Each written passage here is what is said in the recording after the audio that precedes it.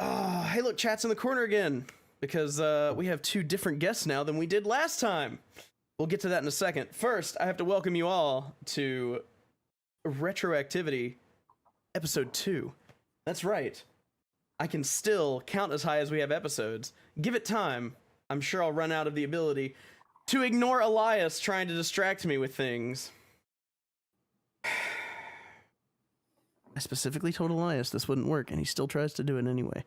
This is why we can't have nice things.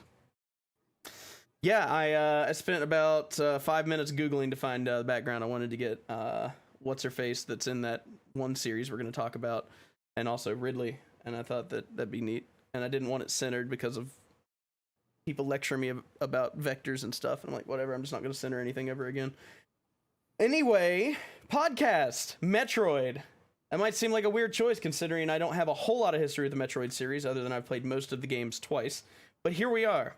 And some of you were wondering, hey Jacob, you're doing a Metroid thing. Are you going to get Elias? Well, the answer is yes. So can I get some claps in chat, please? For the man, the myth, the legend, Elias Thompson. Hola, soy Elias Thompson y me dijeron que podía usar el idioma que sería. All right, so background on that. Elias thought it'd be funny if he spoke in Spanish for the whole podcast. And I was like, please don't.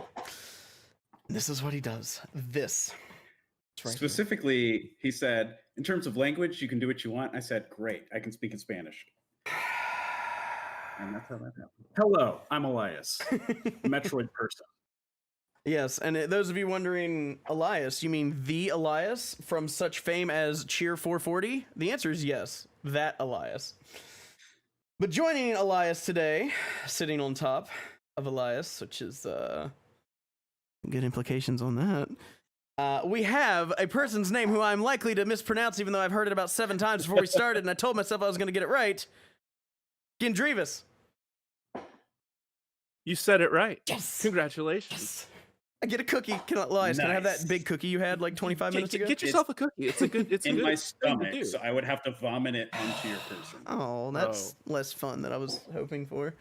But can I get some extra claps in chat for the current head of Metroid HQ that has decided to join us today in discussing Metroid and why it's the worst Nintendo series? I didn't know that was the topic. Well, this is going to be this was great. I'm going to have to head out. But, nice talking to you guys. Later. Yeah, bye. Save me? I'm kidding. We're going to only be talking about the best Metroid games.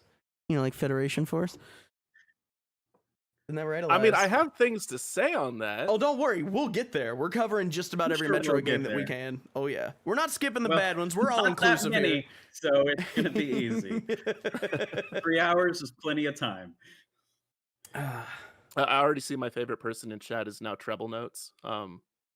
Metroid Pinball best game, they said. So, yeah, we're going to get along well. You know, it's funny. I really wanted to try the Metroid Prime pinball game, but it occurred to me that it was on DS, and DS is notoriously difficult to stream. I could do it, but I just didn't want to deal with the hassle of doing it, so I ended up skipping that one. And I'm kind of sad because I thought that would be pretty fun because I heard some decent things about it from Elias. That it was actually pretty good. Decent things from Elias is the name of my autobiography as well. So. I mean, I'd buy it. Can I get a link to that autobiography so I can purchase it on coming Amazon? 2058. 2058. I'm sure Amazon will still be around then, so no worries on that. So for those of you that missed the first episode of the podcast, or you don't know what we're doing here, and you're like, Jacob, stop talking about video games and just play video games for my entertainment while I torture you.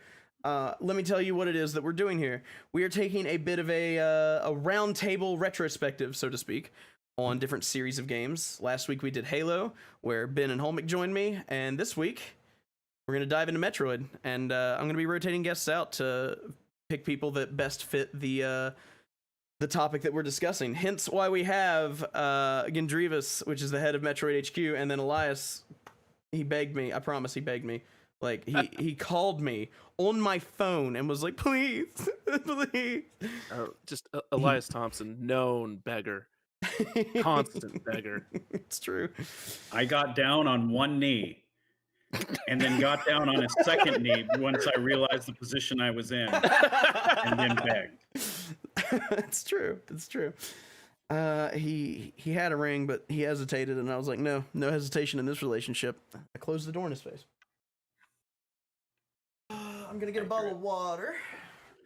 Okay. Since we're gonna be talking a lot. Bottle of water acquired. Because I sit beside a fridge because I'm water lazy. an essential part of the Metroid series. It really wouldn't exist without it, nor would anything in society. I would say that water is one of the 3 key parts of Metroid. You have water, you have Metroids, and you have the baby. So that's the same. You know what? Never mind. But the baby's a good Metroid, not a bad Metroid. Okay, slight difference. And Molasses, I have a job for you this stream. I want you to count how many times we say the baby throughout the entire podcast. And then I need a It's already final been total. too many times to count. Oh, God. It's so weird to get notifications on a tweet that I didn't tweet. It's it's real fun. So yeah, we're gonna start talking about Metroid. I hope you guys are ready for it. So ready. Oh yeah. Big ready. Oh yeah. So I have to ask, the first thing I'm going to start with, because I think it kind of gives people a little something to look forward to, is without any context, no explanation whatsoever, favorite Metroid game. Zero Mission. Ooh, okay. Metroid Prime. Metroid Prime. It's close, but Metroid Prime. Okay, so What was close for you? I'm curious. that's a good question. I would say, and you're gonna hate me for it, Fusion. But only the first half of the game, and that's why Prime wins. The first half of Fusion is great. The second half cannot just like cartridge tilt it slightly so that the game corrupts and it just somehow ends at the midpoint. It'd be perfect. Just leave it there. That's called SAX warp. I hope that's a real thing. It's not. Don't worry. No, I'm sorry. The SAX warp hits you with the ice beam, and you get a game over, and you warp back to the main menu. My favorite way. That sounds about right. Yeah, that's entirely doable even for beginners. Yeah, believe me, if I can do it, anybody can do it. You might even say especially for beginners. Yeah. We learned that last year. And the year before that. And the year before that. And the year before that. So, speaking of which, before we dive too deep into all the Metroid stuff that we're going to be talking about for the next couple of hours, tell us what this MHQ-thon is and what it's all about. All right. Okay. Mr. MHQ. There we go. You look like you were about to eat my Beat your thunder? Eat my steal my thunder. There we go. That's the one. That's the one. Don't worry, it was there, like a lightning bolt in my brain, like a thunder. No, I just always poise myself to where I look like I'm about to say something. It's a good way to get people not to speak. But go ahead. Yeah. Okay. That's an amazing skill. I need to learn that. Anyway, MHQ-thon is a marathon that we've been doing for the last, I think this is the year 10. I think we started. This is year 10. This is year 10. That's yeah. impressive. Thanks, pandemic, for putting a damper on our 10-year anniversary. Yeah, plans. for real. This was supposed to be the biggest and coolest ever, and instead we're doing it entirely remotely this year. But anyway, we're doing what we can to make it big and cool anyway. But yeah, so every year we've been coming together as a staff of the in the Metroid HQ community, and playing through the entire Metroid series, just straight through in a big old 24/7 stream for however long that ends up running. And while we do this, we're raising money for charity. We raise for Child's Play. And yeah, it's a good time. You get to join in. You get to watch people most of the time who are very experienced with the games they play. Sometimes we decide to pull people in who are not and see how that goes.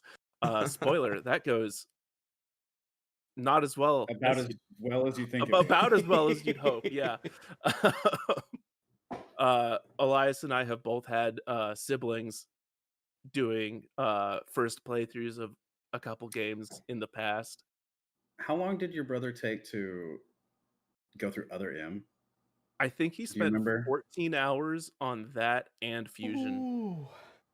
My brother, we did the same thing with my brother with Metroid Prime 1, my favorite video game. I think he took 24 hours. Oh gosh, to get through that game. I forgot it was that long. Yeah. That's impressive. Ooh. I can't remember, did he play the Wii or the GameCube version? I can't remember either. You can't remember? Okay. Because if it was the GameCube version, I'd at least understand having to get used to controls after. Well, that was also years ago. Like, he doesn't, that was also, I don't think plays a whole lot of dual analog games anyway, so. Okay. Yeah, it's just a fun Metroid weekend, akin to Zeuthon, if you guys remember that way back when, but the Metroid version. And shorter usually because there's less games to play. and the game not be as long as well. It's weird. Poor Elias. I saw that. These little sci-fi side scrollers and stuff just flying by compared to large fantasy adventures. Yeah. Zooming across the room, as Jacob likes to say. Yeah, well, whenever I finish a bottle of something, yeah, I do tend to yeet it over there. I hate you immensely for saying that. It's my pleasure. So when can people catch MHM? My brain stopped. Work for me here. Resume process. MHQ-thon, thank you. There we go. When can people catch that? We will be kicking things off tomorrow at 11 a.m. Pacific. That is 2 p.m. Eastern, in case you needed that. 17 and a half hours from now. Apparently. Yeah, there you go. Let's see. What is our first game? Let me see. It's a fusion race. That is right. We're going to be kicking things off with a race between Saturnaut and Draco Falcone, who are the two people who aren't here. Not just any two people that aren't here. You know them, two people. You love them. Yeah. Yeah, so that'll be a good time. They both know the game inside and out. We had 1 year where Saturnaut made a goal of finishing Fusion 100% under 2 hours. And he decided that it didn't matter how long it took in real life, as long as it said under 2 hours on the end card, it was good. So there was a lot of lost 10 seconds reset going on there. Yeah. But no, this is a race now, so we don't stand for any of that. Real time matters now. Mm-hmm. Well, so speaking of Metroid games, I think maybe we should probably get started with Metroid. I forgot. Yeah. That's why we were here. Yeah. For a second. So it's interesting that you said Zero Mission for your favorite, Gendreavus, because we're going to be starting with OG Metroid and Metroid Zero Mission, since they are similar. And my first question, well, correct me if I'm wrong, because I very well could be, but I'm pretty sure that Zero Mission is basically a remake of the original Metroid. It's actually you've got me there. But with stuff. I'm sorry. What was the witty comeback that I interrupted there, Elias? It was unfunny. Please continue. Oh, okay. So it is a remake of the original Metroid game. Have the two of you played the original Metroid? Yeah. I know I have. Yeah. I sure haven't. There's Well, the great thing is that because of the remake, you really don't have to. Like, aside from just putting yourself from the ringer, there's little to no reason to play that original game. Correct me if I'm wrong, but it's pretty hard, right? It is by today's standards. Yeah. Yeah. Back then, it was just a normal NES game.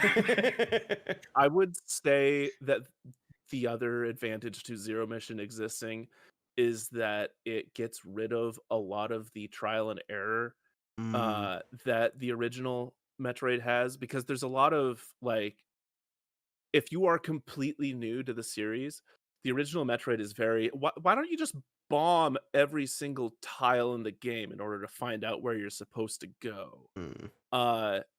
Whereas if you've played Zero Mission, the critical path is roughly the same between them. At the very least, the way that you get from place to place is sort of shaped the same. And so you'll have an idea of, oh, well, in Zero Mission, there was a floor that I could speed boost through over here. Let me just bomb this floor, and yep, there's a passage. Okay. So everything, every wall, every ceiling, like, looked the same because it had to, right? For memory reasons. Right. It was made in a time before the Super Metroid standard of map design for Metroidvanias was implemented, which Zero Mission had the benefit of pulling from. So, right. Now, would you compare the original Metroid's design of, hey, you better bomb everything, it all looks the same, and we're not going to really tell you where anything is? Would you compare that to the original Legend of Zelda? Because that's like the thought that I got when I heard that, was like, hey, let's try to light all these trees on fire in the hopes that one of them has a staircase underneath of it. Wait, you can light trees on fire in the original Legend of Zelda? I've never beaten that game, so I think it's been a really long time since I even went near the original Legend of Zelda. I always get halfway through the first dungeon, and then I'm like, no, I'm done. It's another time. Like, wow, there's 9 dungeons in this game, but they're all just recolored. Great, perfect. One of them shaped like a skull, the other one shaped like a snake. Yeah, I mean, yes, it was definitely the Metroid version of the original Zelda, right? Because that's exactly how that was. They did the best that they could. I always still call the original Metroid more superior than the original Legend of Zelda, because literally its premise was, let's combine Mario and Zelda in terms of platforming and side-scrolling, as well as a sense of adventure and exploration. And then you got Metroid. So it's an interesting way to think about it. That was, I believe, the thought process as to why they chose to start developing it. Oh, that's pretty cool. I recall reading in some developer interview somewhere. Take my word for gospel, kids. That's how it was. Yep. I should know. I wasn't born yet. Gospel. Only words. That's pretty cool, though. I didn't know that about Metroid. That's pretty fascinating. So with Zero Mission, again, it's a remake of the original, but when the original game would end, Zero Mission adds more content. And I assume that extra content is canon to the series. I assume. You would, wouldn't you? Metroid canon is a fickle beast that never really knows what is or isn't at any given time. It is Schrodinger's canon, in my opinion. Well, aside from a couple of choice dialogues in a few games, it is a relatively solid canon and timeline. In the fact that there's still a line. Instead of a Lines tree. Nice. Yeah, it's not a time web. It's not a fork. It's just a timeline. That is slowly becoming uneasily held together as time goes on. Yes, I'm trying to now remember the original question. The epilogue in Zero Mission. Yeah, I think because it's one of 2 remakes in the Metroid series, they kind of just decided to overwrite what happened in those first 2 games with what happened in the remakes. And there were a couple of additions in both of those games that I think they said, this is how it really happened.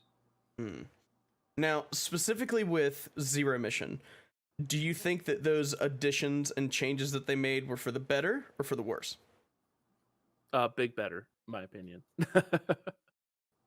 Yeah, I mean, if you're a guy who doesn't like stealth missions, you might have issue with part of it, but all in all, absolutely better. Yeah. Mm-hmm. Yeah, that stealth mission is stressful.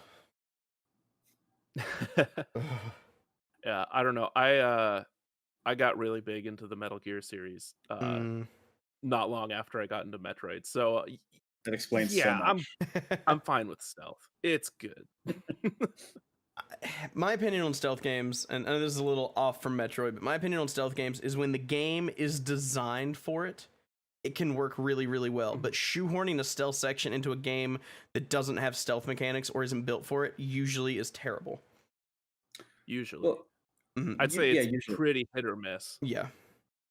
Like, I think the and again, this is a very small stealth segment we're talking about in Zero Mission. I think they were drawing from what worked in Metroid Fusion, which had come out a couple years prior, in terms of just like building tension and trying to avoid things that are very clearly a lot more powerful than you are.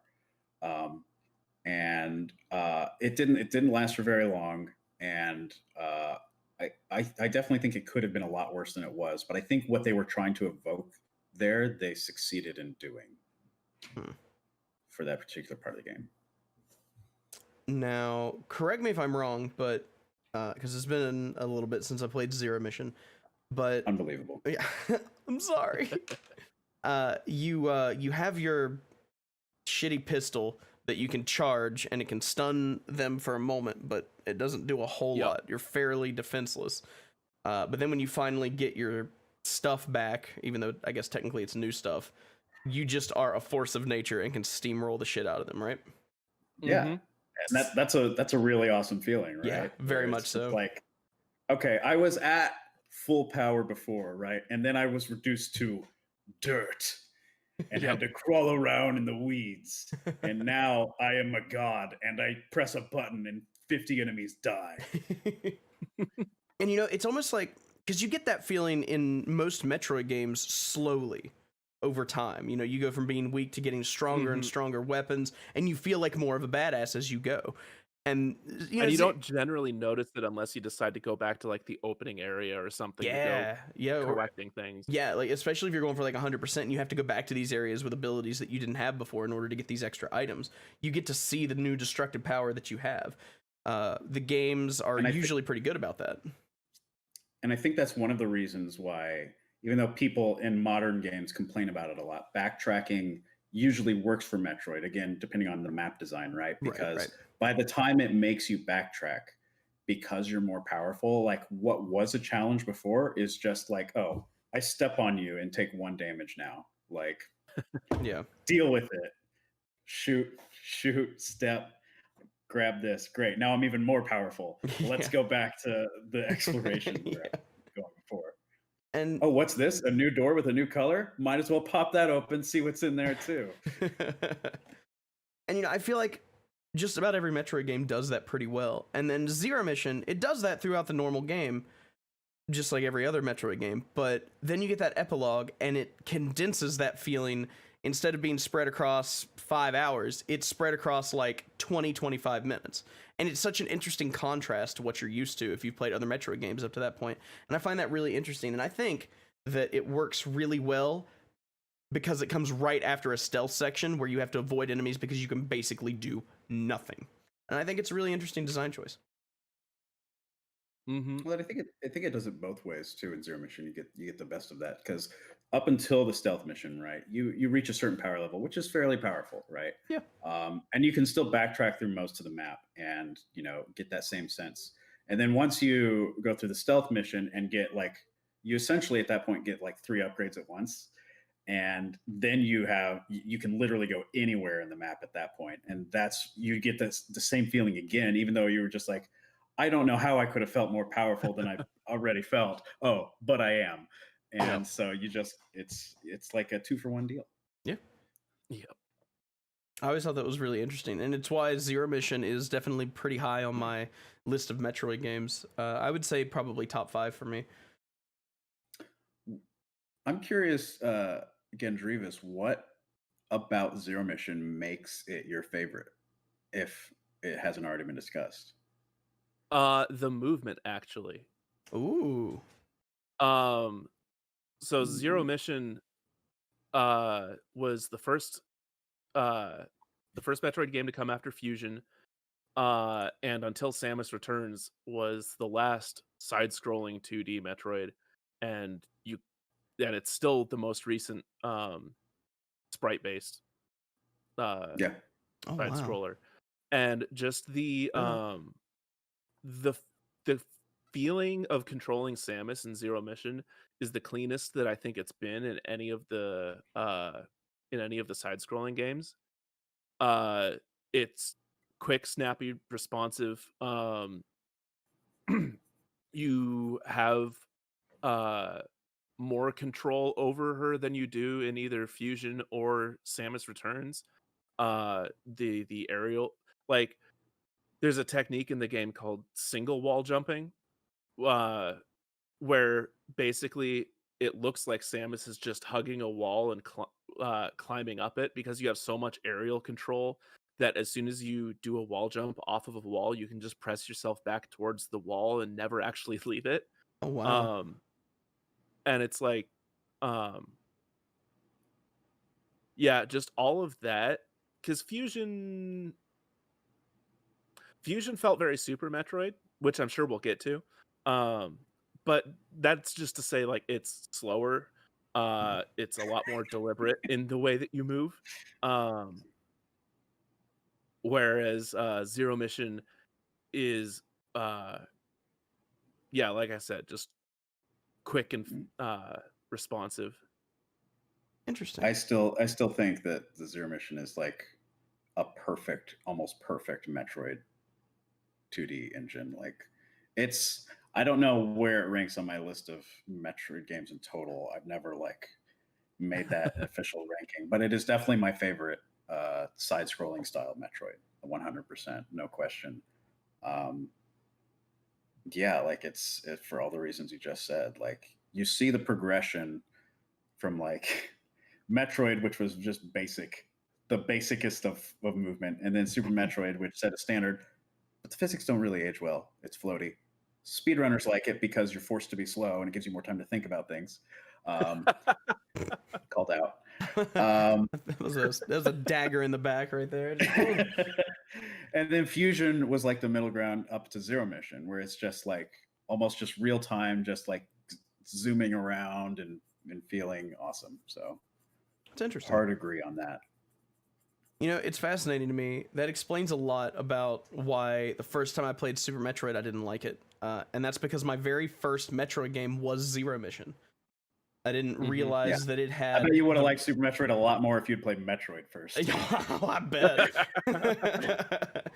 But like with Zero Mission, I feel like starting with that, starting with the best movement out of the 2D games, kind of soured Super Metroid. Yeah, it almost sets you up for too lofty expectations. Yeah, exactly. Yeah, starting too high and everything below just doesn't seem good.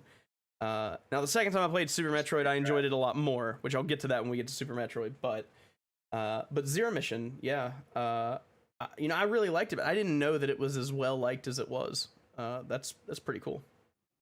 It's a faithful remake, while bringing it into what was then a modern era, and even now, like, holds up to just play. I think. Yeah. When I recommend the Metroid series to people, if they're the kind of person that can enjoy, you know, 2D pixel games, I usually tell them to start with Zero Mission, because it happens to be the beginning of the story, and it still holds up in my opinion. But is it the beginning of the timeline? In terms of games, yes. I'm not touching that can of worms yet. We'll get there. All right. Tell you about all the novels and TV shows like in Halo. Oh no! Oh, not again! No. We get to talk about the mangoes. Oh no! That's, was there? For those unaware of. Did it have a lot of mangas and such? I wouldn't say a lot, but there's a couple prequel comics that Most came out.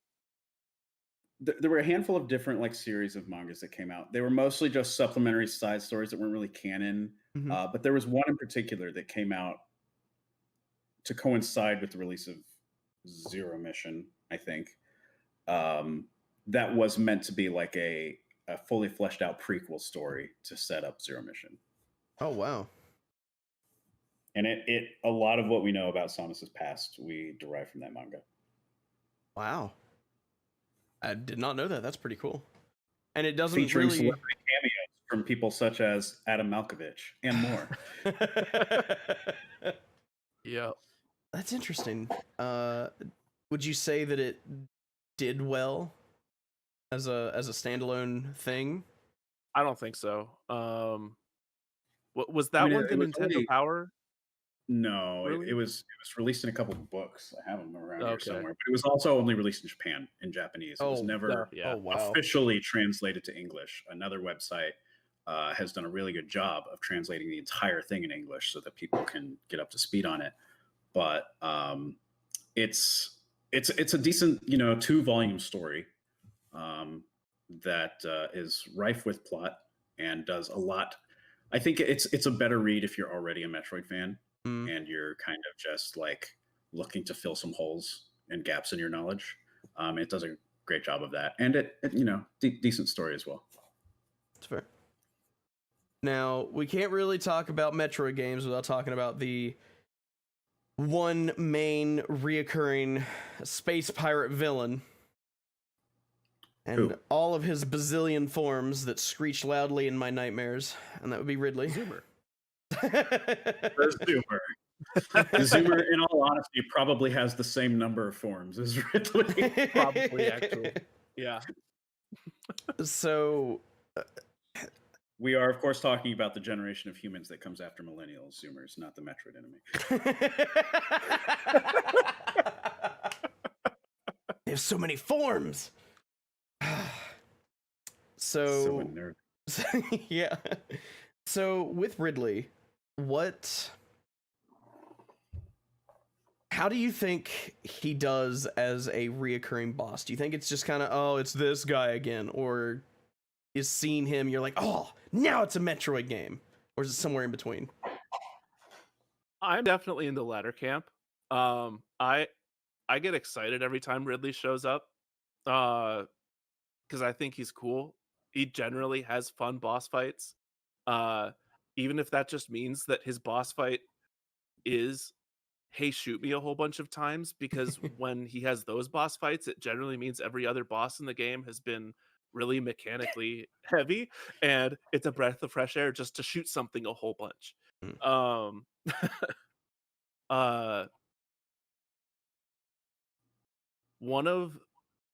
One of the biggest disagreements I have with some of the fan base is that they try to look really heavily into why Ridley is where he is at any given time. And I say, who cares? He's fun. So that's my opinion on the whole subject. What about you, Elias? I go back and forth on this, even to this day, I feel like, because at the same time, yes, I appreciate the developers' willingness to try new things, even when they don't always work. They tend to learn from that, and a lot of times that means trying not having Ridley in a game. But at the same time, yeah, like Ridley is essentially Samus's arch nemesis, and it's nice to be able, if it makes some modicum of sense, to have him show up and be like, oh, great, time to die again. So yeah, but at the same time, yeah, if you throw him in too often, it becomes, almost, not boring, but just like, okay, great, yeah, we're doing it again. Like, give us something else, right? So yeah, I'm wishy-washy. I go back. The latest game that he showed up in, I was pleased to see him. But there have been times where I've just been like, okay, he's here once again. I will destroy you yet again, and we will both move on with our lives. You with your 15th life at this point. Who knows? Who cares? So I I see both sides of that coin. But I guess generally overall, like he's I guess enough of a staple of the series to be included in Smash Brothers at this point. So It's true, yeah. Shout out to Captain America and Smash. And yeah, so all in all, I think I'd go with pro Ridley instead of con Ridley, anti Ridley. Yes, that words continue. So with Zero Mission, it has Ridley in it, of course. Mm-hmm. And as it is a remake of OG Metroid, that would be sort of the first time you would encounter him. As a first time boss without any prior experience with Ridley, do you think at first glance, not knowing what he's going to be later, but just at first glance, do you think he's worthy of being the main rival? So in Zero Mission, yes. In the original Metroid, yes, though. I don't know if you've seen Ridley in the original Metroid, but he is a purple dragon who jumps up and down and shoots fireballs at you. And by dragon, we mean someone who might even be shorter than Samus. Yeah, actually, I think like that. It's everyone complaining about really too big for Smash. Yeah, just put his original Metroid incarnation in there, no problem. But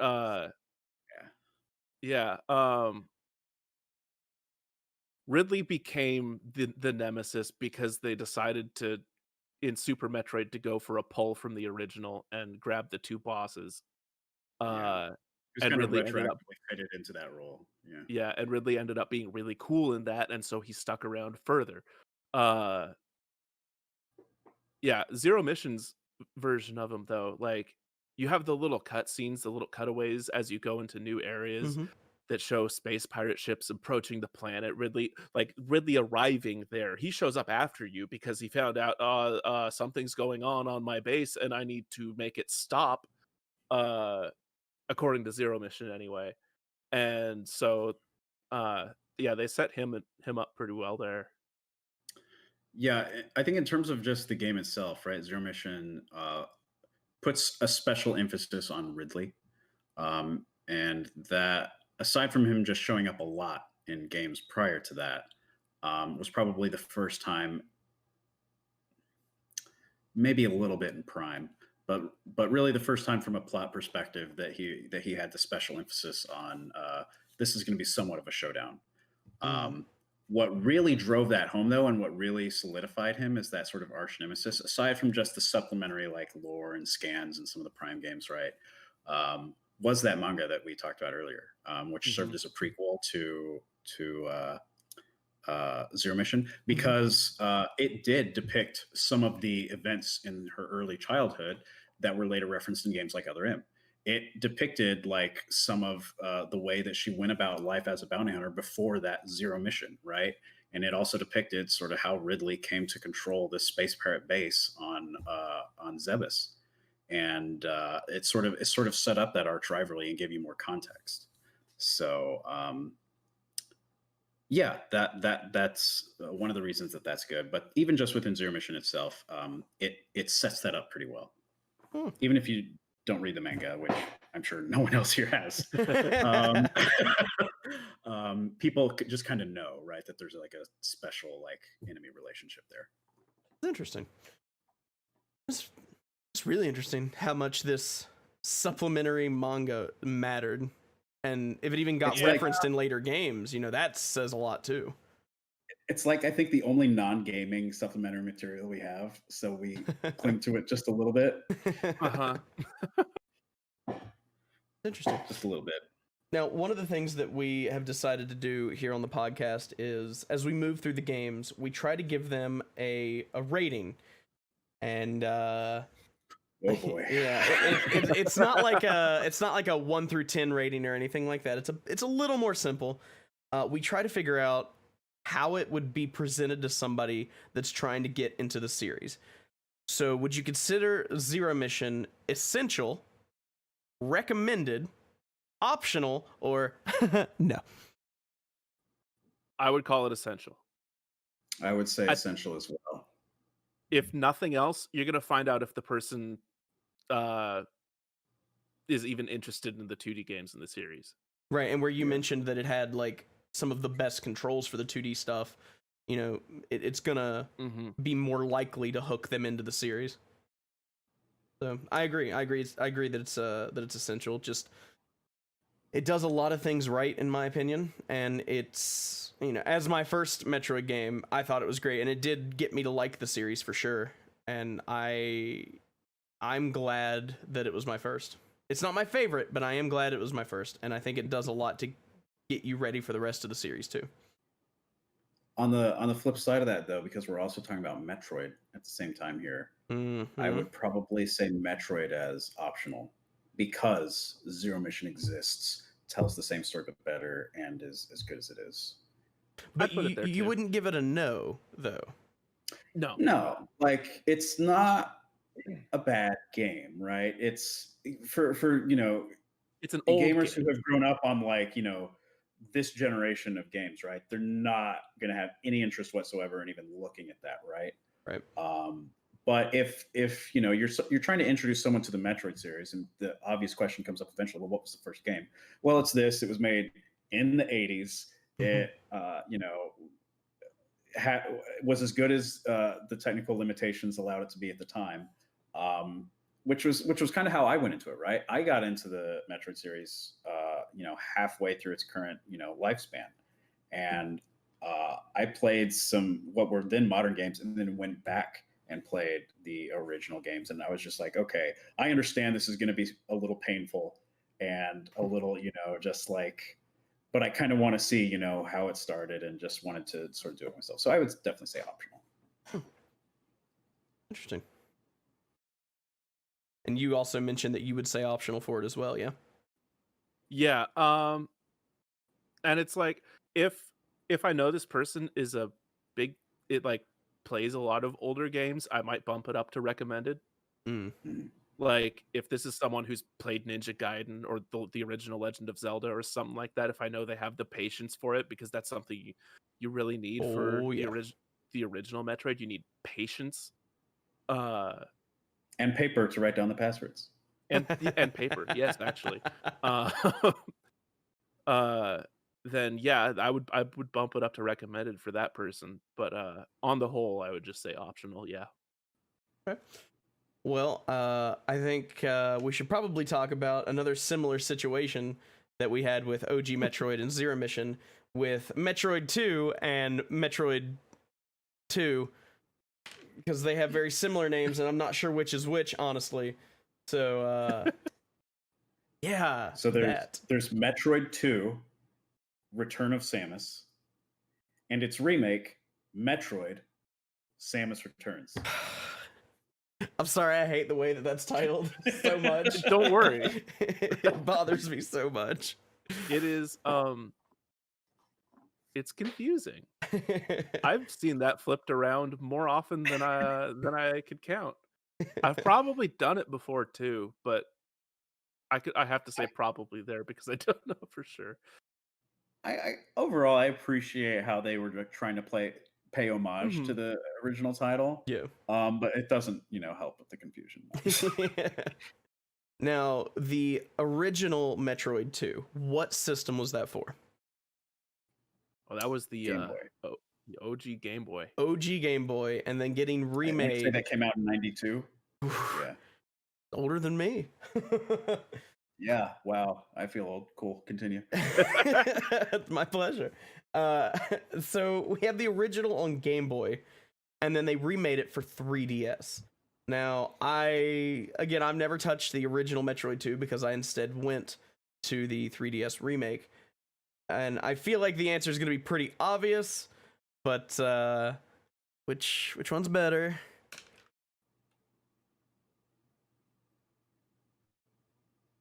Samus Returns. I would say the one that has the words Returns and Samus in the title. Thank you, Elias. It's very helpful. Very helpful. Yeah, obviously the remake. Oh yeah. Now, did the original Metroid 2, was it just more of the same compared to OG Metroid 1, or did it do something different? Things differently. Its level design was actually, it took things in a different direction from the original Metroid. Um, did you say you've played Samus Returns? Yes, I have. It's been a while though. Okay, sure. So you know the general shape of the entire world map in that one, right? Yeah, It's yeah. sort of like a big U. You go all the way down and then you come back up Mm-hmm. towards the end. And that's like in stark contrast with the original Metroid's map layout, which is sort of, you have this big hub and then you have a second hub that has these areas that branch off of it, and it's very sprawling. Whereas Metroid 2 had more of that line that you just follow. Mm-hmm. Samus Returns added teleporters that let you just zip back and forth between any areas, but in the original game you actually had to like trek all the way back that line if you wanted to go backtrack and look for things. That's so gross. Ugh. I feel like that's something that a lot of Metroid games needed, was fast travel, but I also feel like if it's done wrong, it kind of ruins the exploration. Kind of. That is one critique that I have for Samus Returns, that backtracking is trivialized a little too much. Mm. But at the same time, Samus Returns map was expanded quite a bit. It's so much bigger, yeah. It's definitely the largest 2D map of any Metroid game. Wow. Mm-hmm. I think I would have been happy with just fewer fast travel points. Just, I mean, yeah, you don't need to get rid of the system entirely, but just because one of the things that I like about Metroid games and Metroidvanias in general is learning the map, figuring out the fast routes to places. Going a little bit off topic, but I think the game that I would compare the Samus Returns map to might be Hollow Knight, just because both of them are gigantic as far as their maps go. And Hollow Knight has a fast travel system, but it's very sparse. You still generally have to travel for a couple minutes to get where you're trying to go to, if you're using the fast travel. At the same time, though, because in terms of sheer size, it's definitely comparable to Hollow Knight. Hollow Knight's map design itself, though, had the advantage of being more interconnected and being more sprawling, right? Whereas it's more a Metroid 1 style map. Most of its faults were the faults of its predecessor, and it's much more linear map design. So it didn't have a whole lot of opportunity to just put in shortcuts of interconnected areas. Like, you couldn't find this, power bomb revealed secret elevator in Area 1 that connected you to Area 5, right? Because it didn't really work out that way, because they were trying to follow the map. I mean, they could have. It is a U shape after all. They could have shoehorned a few of them in, but I think with the amount of areas they wanted to connect, right, they kind of settled on fast travel. In part, I think, because that's what sort of modern game design players were more used to. We'll see. I'm so curious to see how they're going to approach that if they are in Prime 4. But yeah, like a lot of the, we already talked about how we like Zero Mission better, right? And I think that, yeah, like most of its major faults, which I don't think there were that many, but most of them were derived from trying to be faithful to the original Metroid 2, which I respect to a large extent. That's fair. Yeah.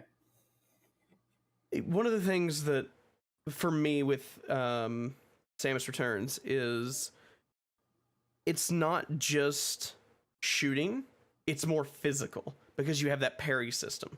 And it changes the way that you interact with enemies. Instead of just, oh, there's one over there, I shoot it, I move on.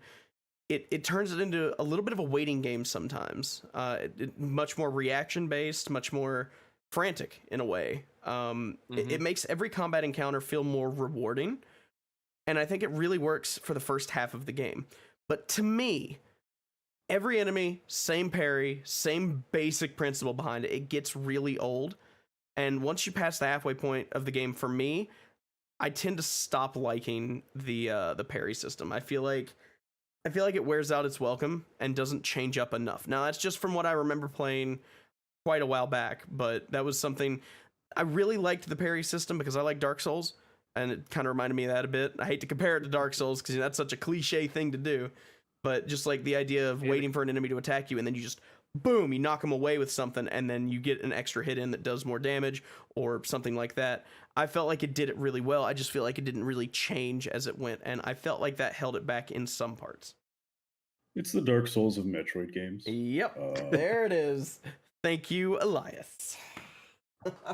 Well, so I'm with you in certain aspects, certain regards of that. The parry mechanic is rewarding because it teaches you to read the enemies and then react to them. Mm-hmm. And then where it fails is that it really turns high level play into sitting and waiting for the enemy to do the shiny move that you can hit. Yeah. And kind of because of that, so you might be getting to this in a little bit. Samus Returns is not an easy game. I would say it probably has the highest skill ceiling relatively speaking. It probably has the highest skill ceiling of any game in the series. But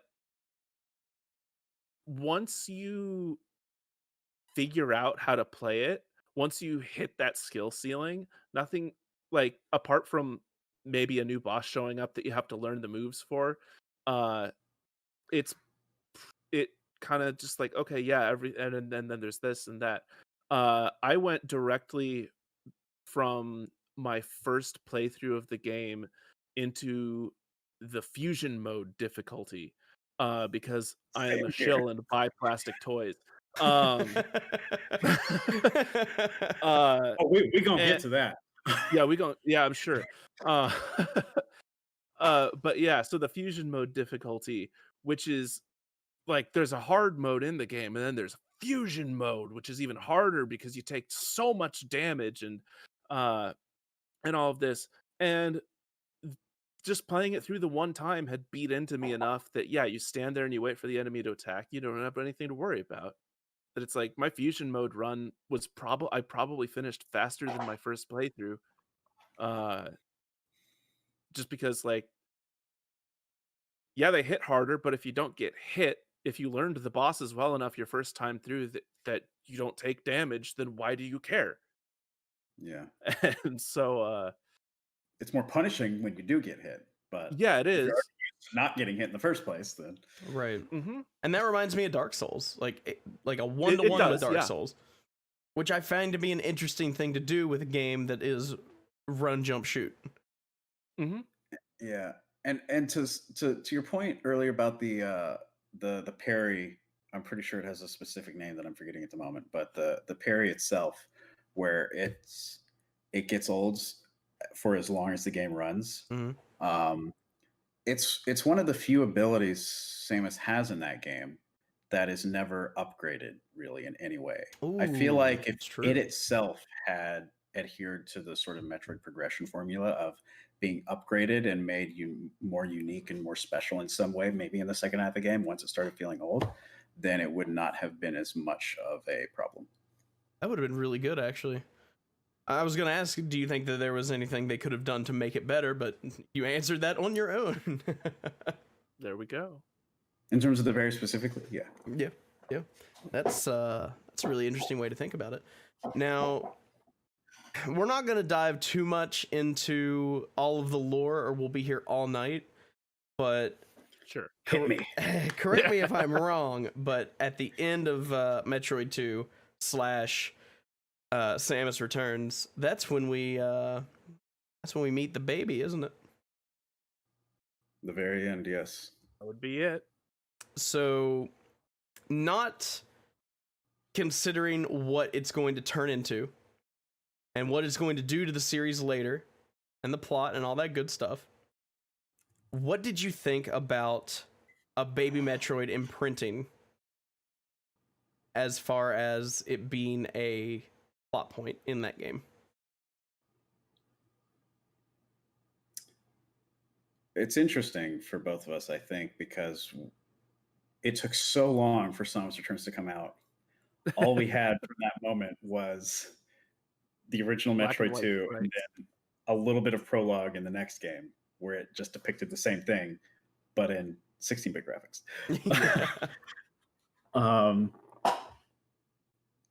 I mean, sure. You know, it drove the overall Metroid series plot forward.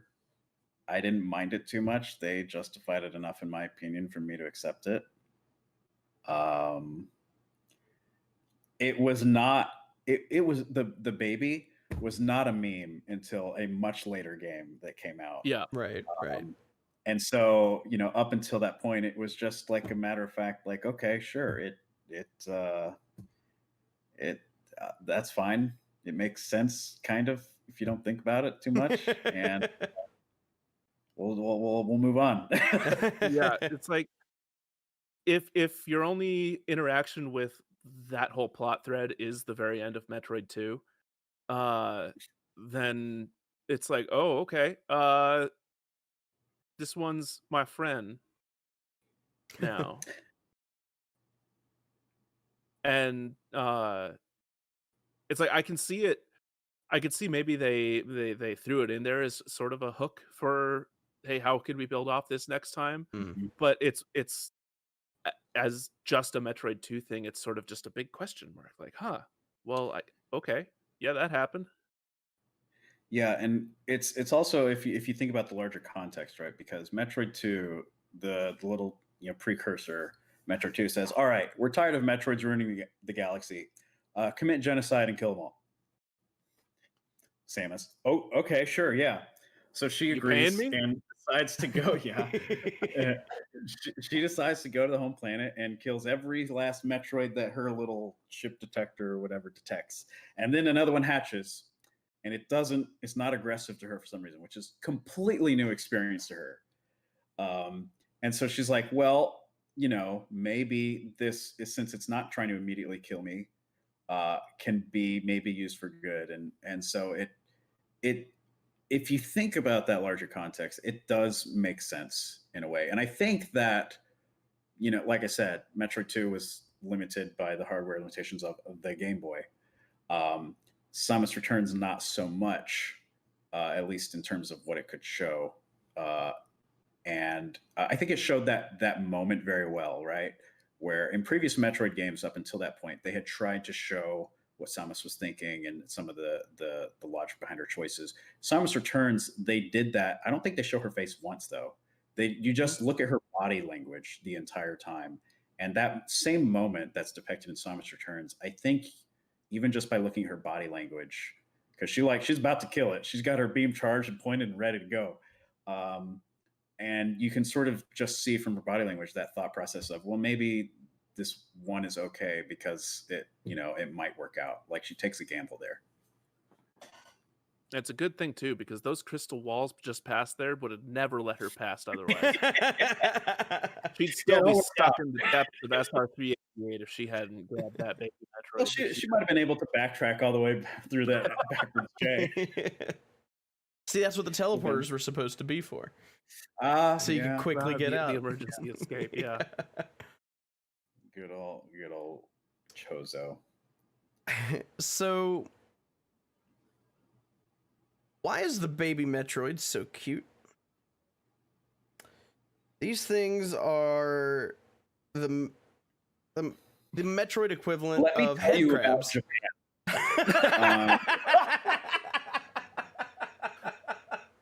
Why come baby Metroid so kawaii desu?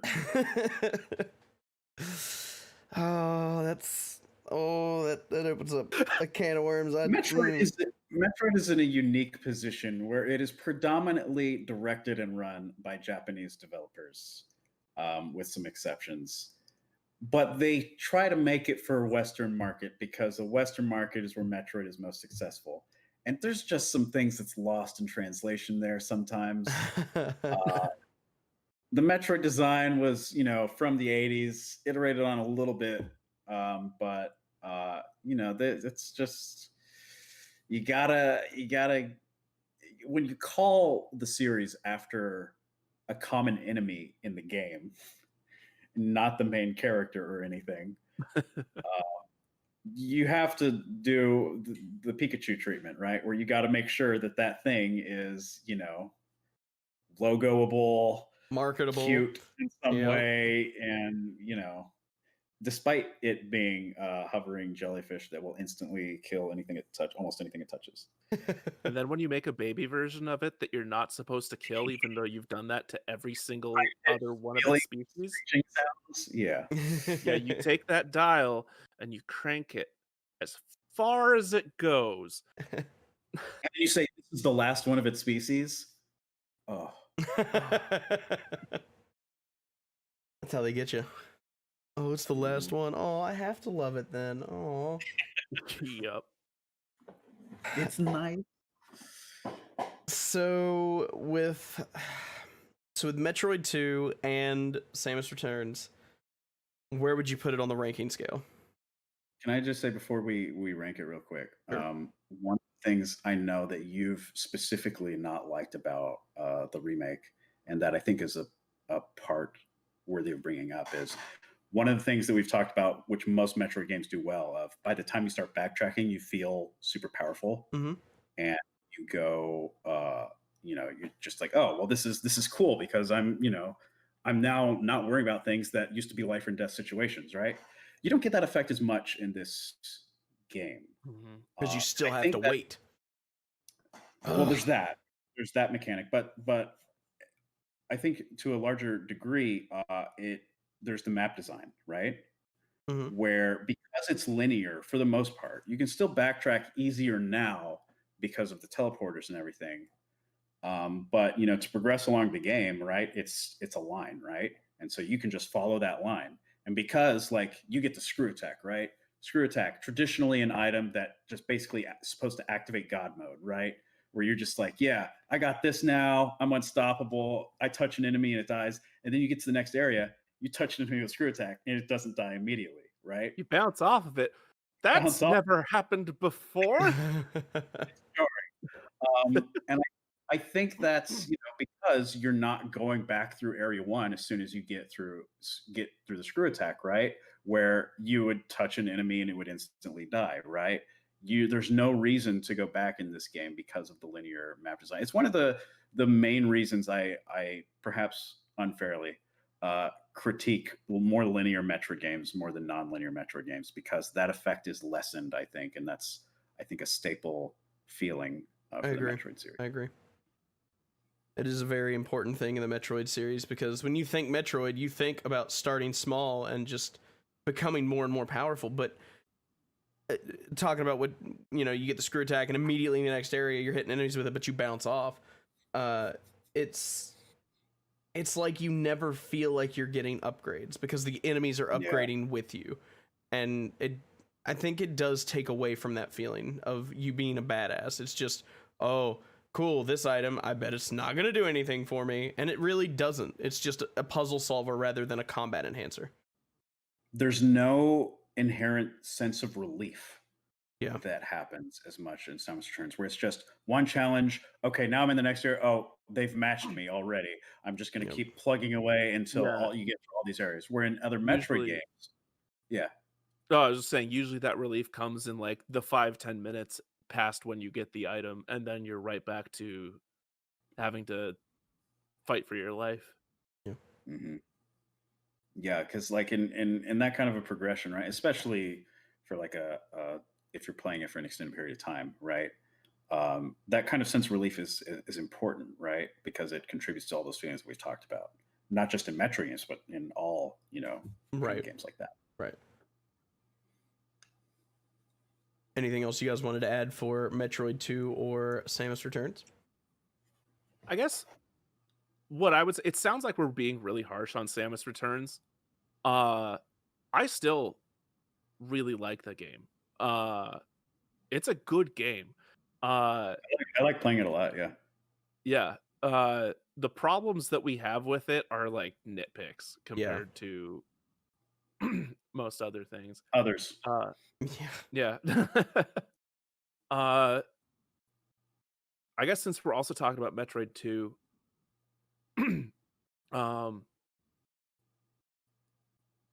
it's fine. The Metroid 2 has the honor of introducing the innovation of the crouch stance to the series. You don't press down a single time to enter Morph Ball now. You have to press it twice because there is a crouch in between. It was also the first Metroid game to have save stations. Yes, 6 years later. Ooh. Mm-hmm. Yeah. Save stations. Energy refill. When you died, you started at full health and not 30. Yep. For some reason. These brilliant innovations that they have for this Game Boy game. It did come for its time, you know. Yeah. It did improve upon the formula. Yeah, they did what they could with the way of Super Metroid, but well, the hardware leap wasn't as huge between the NES and the Game Boy. Yeah. In certain they had to remove color for the sequel. Yeah, in certain aspects, it was a step backwards. Like the original Metroid 2, the actual screen space is so much smaller because you know, you didn't have as many pixels on the screen, and so, you know, on the bright side, Samus is big, easy to keep track of. On the downside, things scroll off the screen quite quickly, and they don't exist when they're off the screen. So yeah, they're instantly vaporized from memory. That's interesting. It sounds to me like from a technical standpoint it went backwards, but from a mechanical standpoint it went forward. That's fair. Yeah. That's interesting. That's the jump from the NES to the Game Boy, right? Yeah. But at the same time, it's being a game that came out 6 years later. So yeah. So okay, I think we're done. So for original Metroid 2, where would you rank it? Essential, recommended, optional, or no? I would say optional, but less so than the original Metroid. Okay. Yeah. Optional. I'd give it optional. I think I didn't play through and beat that game until you were forced to when you're at a marathon. I was forced to. It's like because no one else wanted to take it. I feel like it's and not. He was our cleanup guy. Poor Elias. I feel like it's not like a bad game or anything, and it did have a lot of improvements over the first, but you still have that issue of this is a really old game, and it has a remake that's going to tell a similar story. There are some old games that age well, and the first 2 Metroids are not. Yeah, and speaking of aging well, the remake, where would you rank that? I would call it recommended, but not essential. No, I would say list it as essential, just because the things that it adds to this, the things that Metroid 2 adds to the series are very adequately summarized in every other game that needs to know those things. Mm-hmm. Its main addition to the series as a whole was plot, which is crammed into the end. Fair. And then is recapped in the next game, right? Yep. So that's fair. I would say also recommended, but I don't think I would recommend it as strongly as the two of you do, because I do have a lot of nitpicks with it. It's, again, not a bad game, but it gets to me a bit. That's interesting. The remake in particular, it also suffered from the same phenomenon that Super Metroid did, despite the fact that Super Metroid was, you know, we'll talk about that in a second, but it came out at the end of a hardware life cycle, right, on the 3DS, right? The Switch was already released when this game came out, right? And so the 3DS was winding down, but they had already developed it for the 3DS. They weren't, cutting off 3DS yet. And so it was just like, okay, people enjoyed it for what it was, but they were too busy wishing it was on the Switch because they had already been spoiled on the Switch with Switch games. Yep. And so they're just like, why was this not on the Switch? Super Metroid, if I'm not mistaken, came out towards not at the end, but towards the end of the Super Nintendo, and so it experienced a similar effect, but not quite as severe from Samus Returns. Sorry, I had to sneeze. Oh, I love that touch sensitive part on my mic. I can like brush my finger across. Well, it would be the top, but I've got my mic upside down. The bottom of my mic, and it just automatically mutes it, so that way nobody has to hear me sneeze in their faces. Lovely. Nice. But faces. I think that's an interesting thing, and it's something that Shona just mentioned in chat. Talking about wishing it was on Switch. Do you think it would have been a significantly more successful game had it been on Switch? Yeah. If you're measuring success by like sales, which most people do, then yeah, absolutely. Now, wasn't, because 3DS games typically end up launching at like $40, something like that. Mm-hmm. MSRP $40. Yeah, but if they had put it on Switch, it would likely have been $60. I wonder if the game would have had enough going for it to warrant people paying an extra $20 for it. Well, I mean, if they had decided to make it for Switch, right, the graphics would have been upgraded. They might have made it even bigger than it was. Yeah. Like there would have been some improvements because the Switch hardware is quite a leap from the 3DS, right? Oh yeah. Mm-hmm. So it might have merited the extra $20, but maybe we'll see whenever. Yeah, I think the dev time that you would lose to making things bigger and higher res would be offset by the dev time that you lost on the 3DS, having to make things smaller and more restricted. So yeah. It's interesting. I mean, I can't say I haven't made anything for the 3DS before, but I would imagine nothing. But I would imagine that if you've ever made a game for a home console and then you have to go make something for a handheld, there are things you have to learn that may be counterintuitive. Yeah, it's an interesting thought, and that's one of the things that Nintendo does a lot is throw things out on their handheld consoles that I feel should have ended up on proper home TV based consoles instead. And not to say that the games are bad that end up on handheld stuff, but I get why they do it. I do, but I prefer console stuff, especially because I find the 3DS to be an incredibly uncomfortable system to play, especially for long periods. But that's just me. Fortunately, we're probably poised now with the Metroid series to where they've only got one console to worry about. Yep. And if they decide to split them off again, then we're screwed. Yep. Well, I've always been a big handheld. I wouldn't say I prefer handhelds, but I definitely appreciated them just because growing up, I was hey, get in the back of the car. We have to go to this place because reasons, and that gave me something to do. Right. Yeah. As long as I remembered to bring my headphones. Or a worm light. Remember those things? Oh gosh. Sure, Pokemon yellowed the crap out of that worm light. And I have friends who lived and died by the screen magnifier. Oh, I hated those things. And I never got it because they were always bad. They always bent the picture. Yeah, it was like warped on the edges. I hated it.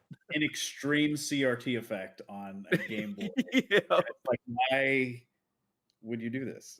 I'm glad Shona's with me on that one. They were so bad.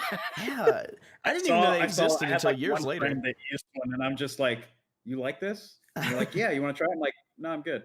Okay, you know what? Actually, I think my friend who was the biggest fan of the screen magnifier also was my one Sega Game Gear fan. And that system did have a stupidly small screen, so you it was kind of a required accessory for that. Yeah, and it would get you used to using it. Yeah, the only system I think I used a magnifier on was the N-Gage. Forgot that was a thing. Thanks. You're welcome. So, Metroid 3, or what most people know it as Super Metroid. You can tell because it was super. Yeah, like quite super. Yeah, that was Nintendo's favorite buzzword, super. For years, it literally was. I'm shocked they didn't call Link to the Past Super Zelda. Oh no. For real. Oh, that would be terrible, actually. What a bad name. The Super Legend of Zelda. Around on something. Honestly, the only real plus I could say for Metroid having skipped an entire console generation is that we never had to get Metroid 64.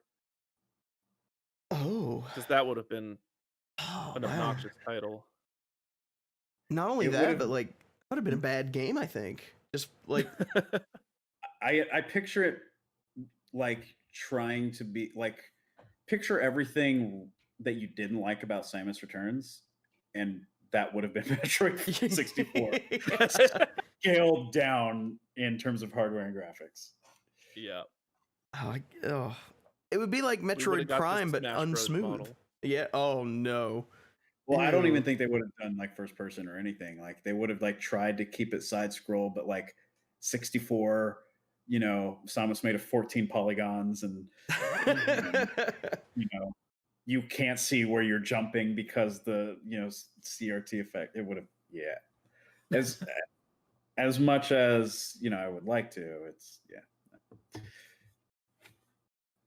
R.I.P. the game that never was, Metroid 64. Yeah, back to Super Metroid. So yeah. So is that where we were? Yeah. Oh, dying over here thinking about Metroid 64. Join the club. Ooh, thank you for the rip. I appreciate it. So with Super Metroid, I feel like Metroid 64, not you, by the way. Thanks. I feel like Super Metroid was a lot of people's first Metroid game. And I feel like that's why a lot of people love it the way that they do. Much in the way of A Link to the Past. It was a lot of people's first Zelda game. Because it was on the Super Nintendo, which was... I would assume... a big deal. Yeah, I would assume it was significantly more popular than the NES.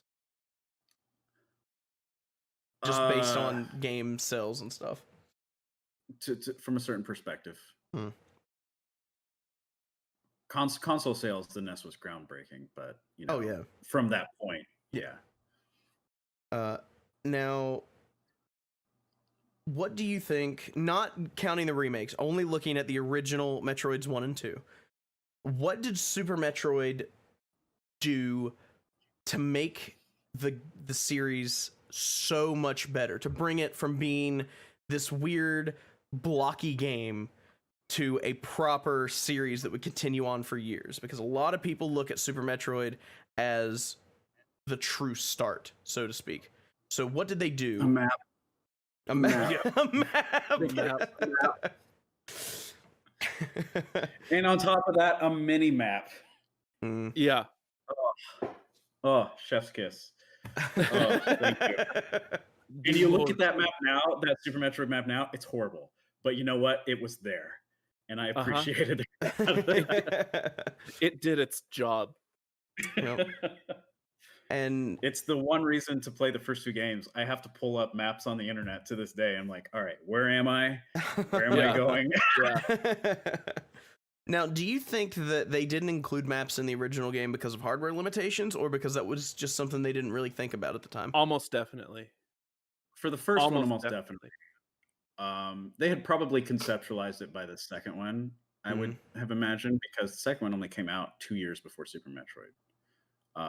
But yeah, there's no way they would have been able to do that on the Game Boy. Well, I mean, neither of those games had pause screens.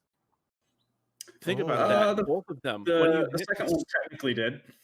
When you hit the start button, it just froze everything. Yeah, and the text said paused or something like that.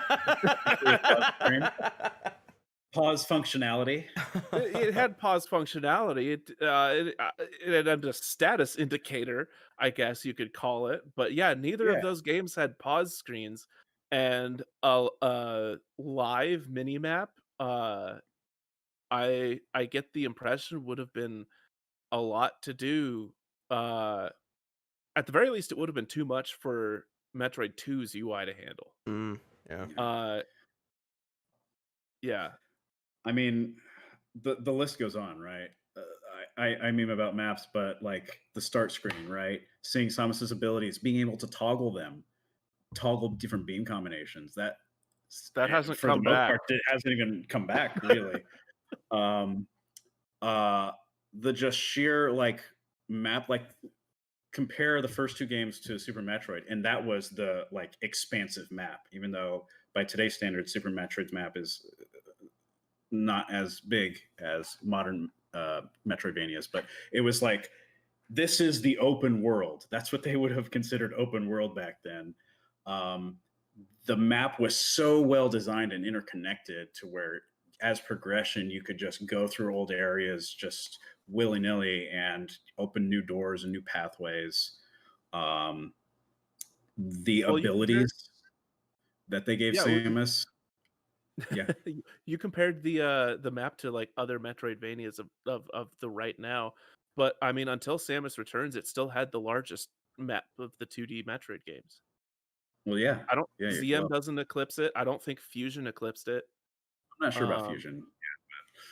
Yeah, but, yeah, it's that, and then just the abilities. Like, there's so many new abilities that showed up in Super Metroid. Super missiles. There's another super. Thanks, SNES. The speed booster and shine spark ability. Power bombs. I'm glad it wasn't super bombs. Space jump, wall jumping. So many little things. So not just from a technical level, but from a mechanical level, it was just a completely different beast. It was that much of an improvement.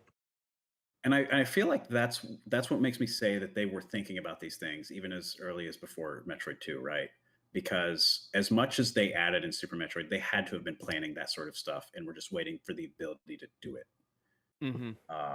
And they milked the SNES for everything they could get out of it. I think for that game, outside of like VFX 3D whatever, but they didn't hold back when putting that game together. So that has been it's obviously for various reasons not my favorite game, but yeah, it is definitely probably the most important Metroid game to ever come out, even above like Prime. Wow. Yeah. That's interesting. Now, something you actually mentioned earlier was how floaty it was, and how that floatness, is that even a word? Floatness? It is now. Buoyancy. Yeah. Airborne buoyancy. Perfect. But taking that and I wish I was airborne buoyant in real life. But how it didn't age well necessarily. Why do you think that is? Like, was it purely because they made it better later, or that as a mechanic it was inherently flawed and would slowly just be outclassed by other games, other genres completely? Or was it just because we got better Metroid games? I think it was just the beginning of an iterative process, right? Some people, how you talked about, consider that like the birth of current Metroid, excluding Prime titles, because yeah, they added so much and established so much in that game. Like Fusion, they tweaked more, and Zero Mission they tweaked more. Samus Returns they tweaked more. And so, yeah, like it was a first draft, right? And I think that they learned from it and continued to build upon that as the literal years went on. And that's why Zero Mission was so good because That's they why it's had that perfect, first yes. draft and they were able to build upon it and have their final copy ready to turn in by the time Zero Mission came along. To When be you fair, have they that were strong of a dealing with a first smaller draft. map. Yeah. Yeah. Yeah. So, and I mean, as far as the floatiness goes, one of the things I mentioned about Metroid 2 was how large Samus is on the screen. I pulled up a screenshot of Super Metroid just because I wanted to make sure I'm not crazy. Samus is like 2 to 2.5 tiles high, and it looks like the screen only actually has what 3, 4, 5, 6, 7, I'd say 8, 10. 9, 10, like 10 tiles. Nice. It's only like 10 tiles tall. Mhm. So Just a I fourth of that feel screen. like that floatiness, that jump speed might have just been to keep things from scrolling in too fast and giving the player time to react, and also probably the hardware. If you'd jumped or fallen any faster, it might have not had time to figure out what's supposed to be there. Because how many tiles wide is that screen? Much wider. This is the part where we do 16. math. 16. So yeah.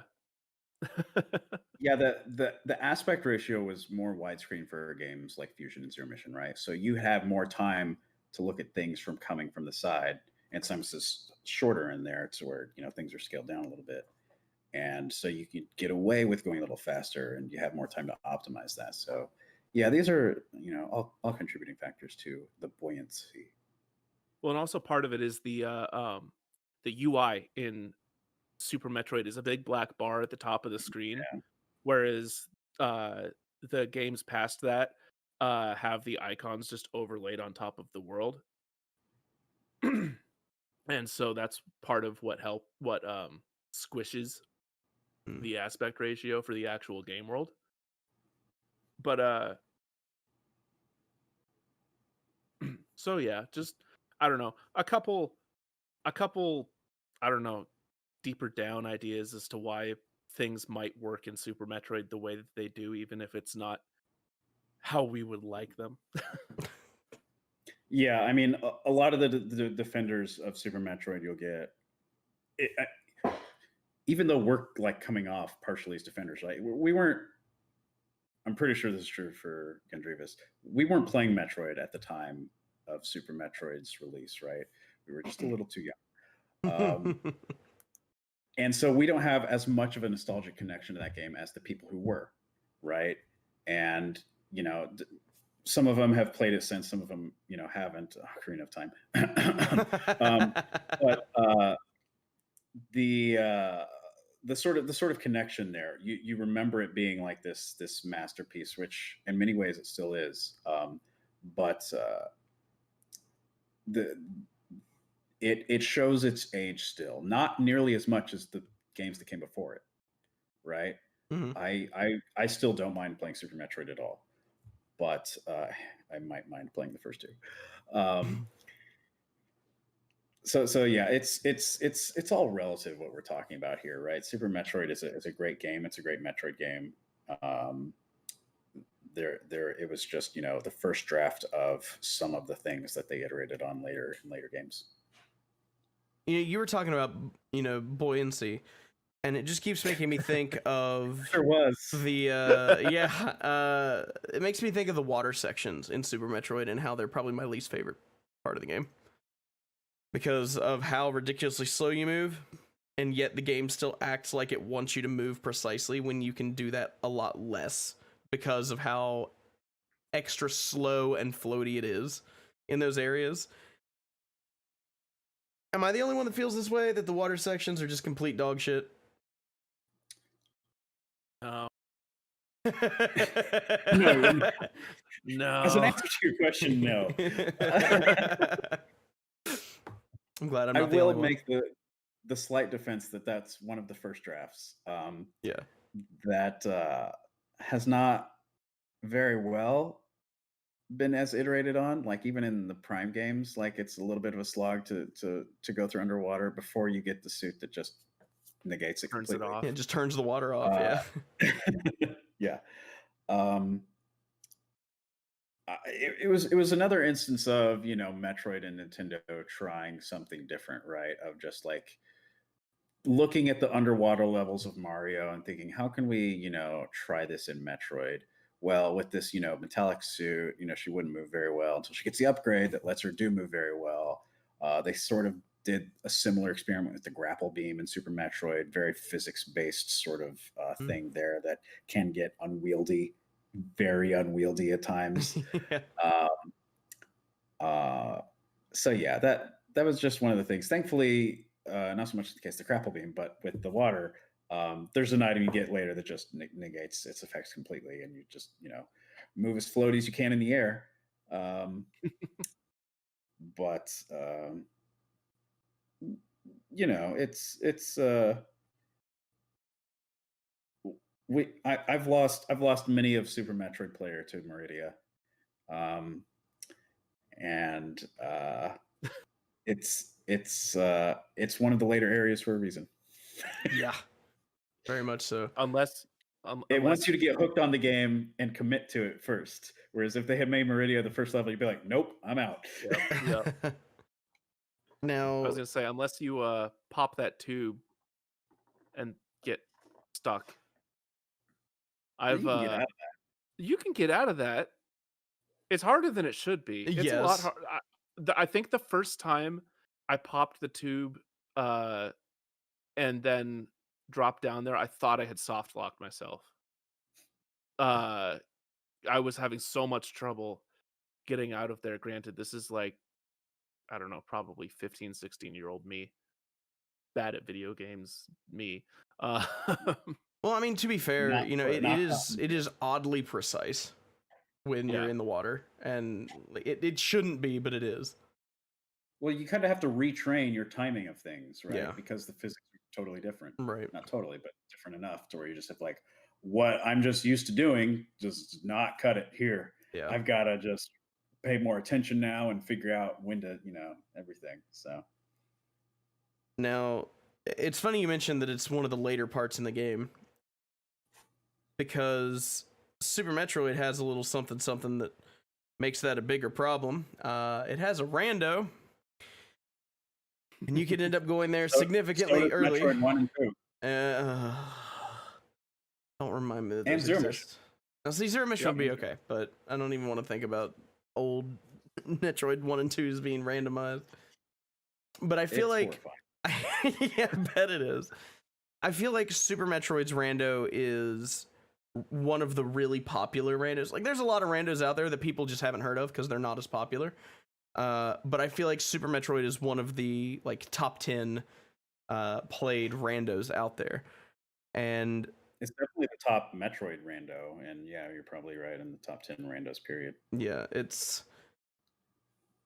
definitely popular rando. Yeah, yes, randomizer is the yeah. And I do feel though that given the type of game that Metroid is, it's really good for randomizing, and I think it does work really well. But of course, when you have to go to the water place early, that's less good. But it is worth mentioning that I don't know that I'd call it a pioneer of randos or anything like that, but I feel like it is one of the more important randos out there. Well, its map design and its sort of base format lends itself better for randomization, right? Yeah, exactly. You look at something like Metroid Fusion, right? There's no rando for that. Why? It's so linear, it's nearly impossible. And so, because Super Metroid is a time-tested thing, and what's probably the most popular randomizer, Link to the Past, on the same system, a lot of the same devs familiar with doing stuff. It was one of the earlier ones to come out. A lot of the same people who like to play Link to the Past. Some of them like to play Super Metroid, and so it checked a lot of green boxes as early as possible, and sort of catapulted itself up there. And there's even a rando that combines those two games that you were talking about. I actually haven't played the solo Super Metroid randomizer. I've only played the Link to the Past cross Super Metroid randomizer. What is wrong with you? I streamed that, and about 5 or 10 minutes in, I remembered that I don't know as much about Link to the Past as I like to think I do. So chat got me through that game. This is why people co-op that Yeah, particular there were a couple specific people whose names I would shout anytime that I was confused. Yeah, that was an experience. No doubt. I myself haven't messed with it because I don't know either game well enough. Elias had me do a Super Metroid rando after I played Super Metroid once. I would not recommend that to anybody. You need a lot of experience to know where certain things are and what items you need to get there, and I did not, and it was a nightmare. Yeah, that doesn't surprise me. I've never done a Super Metroid randomizer, but it also doesn't surprise me. Yeah. But have you not? I No. thought it was a rando race that you and Saturnaut did where he got horribly. No, that was just regular Super Metroid. That was just regular Super Metroid where he got stuck for life in Meridia. Okay. Casual race. Yeah. Oof. Now, because we had both not played that game in years. Legends say he's still there to this day. In fact, he is because he gave up. I don't blame him. I would have too. That place is just awful. Awful. Now, there is something that Super Metroid did that I don't know that it was the first game to do it, but it did it in such a beautiful and impressive way. It has multiple endings. And technically true, yes. And so I have to ask, save the animals or kill the animals? Death to canon and the animals. Oof. You have to save the animals. Oh, that's the canon ending. Got to get that extra pixel in the ending cutscene. Yep, gotta kill the animals, save the frames. And it's interesting you bring up the multiple ending thing too, because technically the first original Metroid, had multiple endings based off of the time it took for you to beat the game. It was as simple as what was revealed about the main character, right? Mm-hmm. You either continued thinking they were a cyborg, as the instruction manual led you to believe, or it was a surprise to everyone. Oh, you were playing as a woman the entire time. So shocking. I guess now's a good time. Yeah, I guess now's a really good time to talk about that. I was wondering when we were going to get to it, but that was probably very unexpected. Yeah, honestly, yeah. I feel like that was probably a very unexpected thing because of just a product of the times. Nowadays we have a lot of games with strong female leads and stuff like that. But that wasn't really a thing back in the 80s when video games were still fresh and new. So trying to think of how to word this. How do you think the reveal of Samus being a woman shaped the future of the series, if at all? Do you think people really gave a shit? Or do you think that was at the time seen as a negative thing? Or do you think that gave them more to build with over time that eventually made the series better for it? Honestly, I don't think it shaped the series nearly as much as it shaped video games as a whole. That's a fair answer. Because to your point, right? Video games were for boys, little boys at the time, right? Yeah.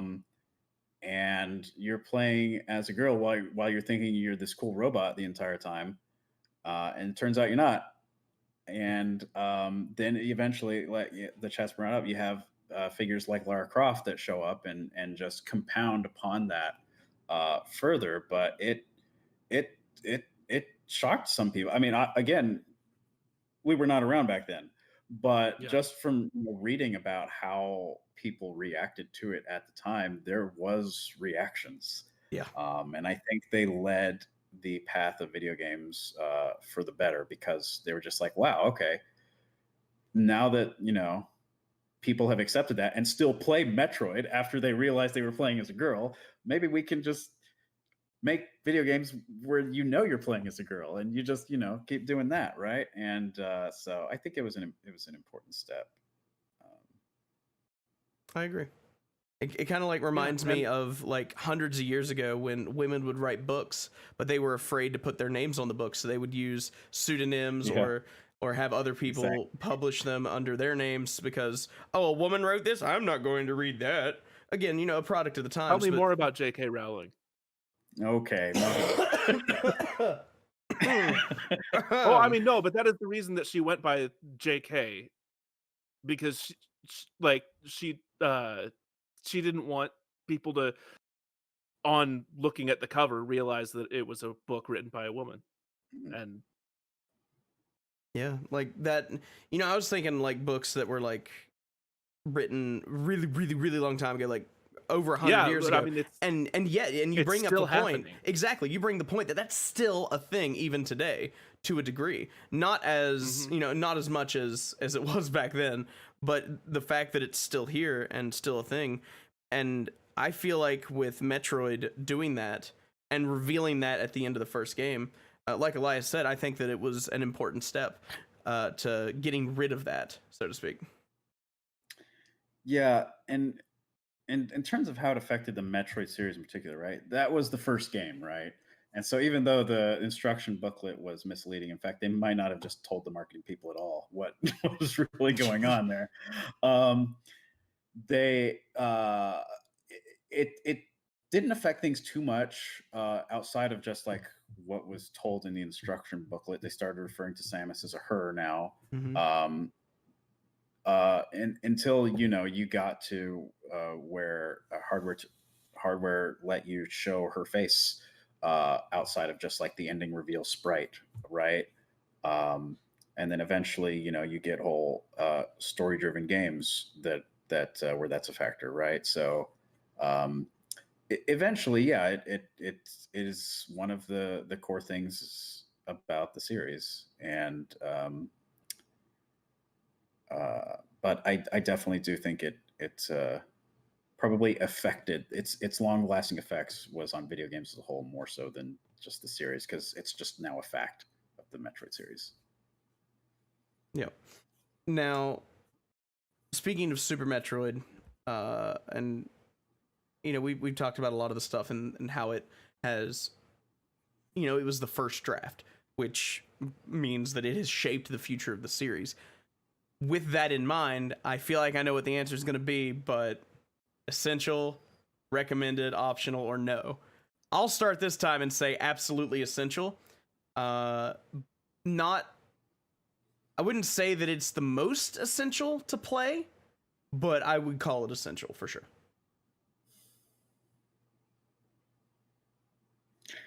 Yeah, I would say essential if you're looking to play the Metroid series, right? Mm-hmm. In terms of when you play it, that's where it gets murkier for me, though. That's because, fair. like, if you're used to kind of like what we talk about, right? We say start with Zero Mission, and then you go and play Super Metroid. Oh God, this just feels old and clunky and weird, and but at the same time, like, so it's weird, but overall, yeah, I agree, essential. Yeah, I'd say essential as well for a lot of the same reasons. And with a lot of the same caveats. Some of the things that like we didn't talk about are like are things that I still think that Super Metroid does really, really well. The way that it introduces its secret abilities to you is like no other game in the series has done things like that either. We mentioned the animals earlier, but those animals exist to teach you that shine sparking and wall jumping are in the game, which they're not in the instruction manual. They're not like signposted by special blocks or anything like You're that. not required to beat the game at all. Yeah, you don't need it to beat the game at all. But if you accidentally fall into this pit, then some cute little monkey people will jump up will motion to you, and then they'll bounce off the walls and maybe you'll get the point that you should follow them. You should do what they're doing. Emphasis on maybe. Maybe. And then there's these little dragon ostriches that like that start running and they glow, and you're like, hey, I can do that too.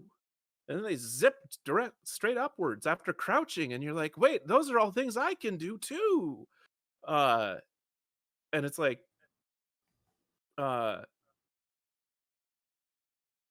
go back for a moment to Samus Returns, because that game also introduced a new secret ability with absolutely no signposting.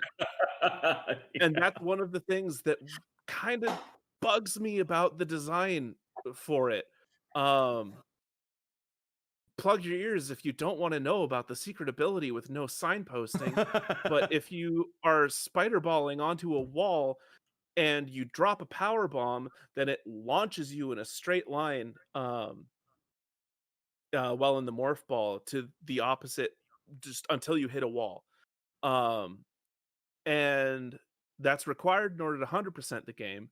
But like I said, there's nothing like the Edecuns and Decoras, which are the animals, are in Super Metroid. There's nothing like that in Samus Returns to sort of say, hey, you should think about using these abilities in conjunction because you'll figure out something new. It's all just start pushing buttons in the place that looks like you might need things until something happens. Yeah. Which is a long-winded way of saying I think Super Metroid does things real good. in the ways that it does things. Yeah. No, that's actually a really good Super point. Metroid. Yeah. And it's a really good point. I remember getting stuck in that pit because I couldn't get the timing of the wall jumps just right. And I remember getting stuck because I kept trying to do the Shine Spark, and I just couldn't quite get the timing right on it. But I do find it interesting that the game does really, really well at teaching you by showing you rather than stopping the game. I mean, like, did you know that you can hold right on the D-pad and like doing it like that? It teaches. Hello there. Yeah, exactly. My name is Yoshi. Let me tell you about the controls for this game. Yeah, exactly. It does it in a more natural way. And it's almost like it teaches you by giving you a puzzle to solve. And so that means that learning the game not only feels more natural, but it feels rewarding that you learned something unique, something interesting, and something optional too, because you don't need it. And I think that's really neat. Another reason that I feel like it's essential. And if you never get it, you just reset and go start from your last save. Yeah. Yep. Now, I'm sure Elias is very happy that we're about to move on to I love talking about Metroid. It's my favorite series. Yeah, absolutely. Well, we're about to talk about Prime 1 because this is where we went from 2D to 3D, and that's not where I thought this was going, but I'm not mad about it. I'm sure you're not. Don't worry, we're not skipping Fusion or anything. We're gonna come back to that, and I have reasons. But so Prime 1, it took the series from being a 2D side-scrolling type layout, and it took it to 3D. And I've seen a lot of series do that and do it really wrong and really bad, Mega Man. And I feel like Metroid did it right. And I feel like even though they had a weird controller to work with, relatively speaking, and look, okay, it's the GameCube controller, okay? Look, it's my favorite controller. Yeah, well, I'm sorry, it's weird, okay? And it's because of the C-Stick, in my opinion. But that's a conversation for another day. Yeah, I mean, it had good triggers, don't get me wrong, but different. But fine. I'm sorry, okay? It's weird. It's not bad, but it's weird. I'm shaped different. Am I weird to you? I'm a ball. But I feel like Prime 1 would have been, like, the design that they came up with Prime 1 could have been a really good twin stick shooter, but they didn't do that. They went with like a visor system that lets you kind of like lock on and strafe, and you hold a button to switch the way that you move, which speedrunning takes advantage of that in full force, which is fascinating. But I feel like their decision to make it a single stick rather than dual stick was probably the right decision for the style of game that Metroid was, because I feel like if people thought it was too much like quote unquote every other shooter, it would have been disliked quite a bit because of it. Okay, so let me break apart what you just talked about. Halo and Metroid Prime came out around the same time. Halo was an FPS by every measure of the genre. Metroid, despite its obvious similarities to that genre, not exactly an FPS, right? It aims for you essentially, right? Right. Lock on, shoot. It's pretty much just a first-person platformer with shooting. And so they definitely kept that in mind with the controller. Now that said, obviously dual analog is the standard now. Right. It was not a standard back then. Halo helped create that standard, right? Which again came out around the same time. So they had no real standard to work off of. Everyone was doing their own thing and figuring their own stuff out. It was the Wild West back then. Oh yeah. And I think considering that, they came up with something pretty decent, especially considering the fact that they, at some point in the development process, decided they wanted you to toggle between the beams, which is great, and between visors. And in order to do that with the controller they had to use the C and the D-pad to do those things, you know, the way they wanted to do that, which it meant single stick movement. And they obviously made that as intuitive as they could with triggers doing different things to assist you in that. Yeah, I mean, given the circumstances of the time, it was a product of the time, and I think with that in mind, the controls they came up with for the year 2002 did well. They did what they did well. Yeah, and you know, even if they had just straight copied Halo and went, "Oh yeah, twin stick, this is fine," I feel like even they had nothing to copy. Right. Had they looked at like something like Halo, just like if they had decided maybe instead of they had Z, a spy at Bungie. Yeah. Let's say that they made it to where you know, if you tap Z, it gives you your map, but if you hold Z, it switches instead of your C stick choosing the beam. Like if you hold Z, suddenly that C stick is now switching your visors. It would well, we'll say D-pad instead, because so that would give you both sticks to shoot with. If they had created that, and it, you know, right around the time Halo came out, they would have been viewed as competition with each other. But as things are now, since it's not, they don't really get compared with each other, even though they're technically both first-person shooters. And I feel like even though they could have made it a twin-stick shooter, the fact that they didn't, I feel like the game is better for it, despite the fact that twin-stick shooters are the standard now. Yeah, and they were compared a lot back then. So a lot. It's just like, I'm honestly nervous about Prime 4 coming out on the Switch, just because, I mean, I love the GameCube, the GameCube's control style. Says the speaker. I mean, Elias and I have both speedrun Metroid Prime. We're not like top X. I don't even speak for yourself, Gendreavus. All right, fine. Show me your SRL ranking, and I'll bow to you. But all right, I run Nintendo, and I'm not allowed on SRL. But yeah, it's like, I think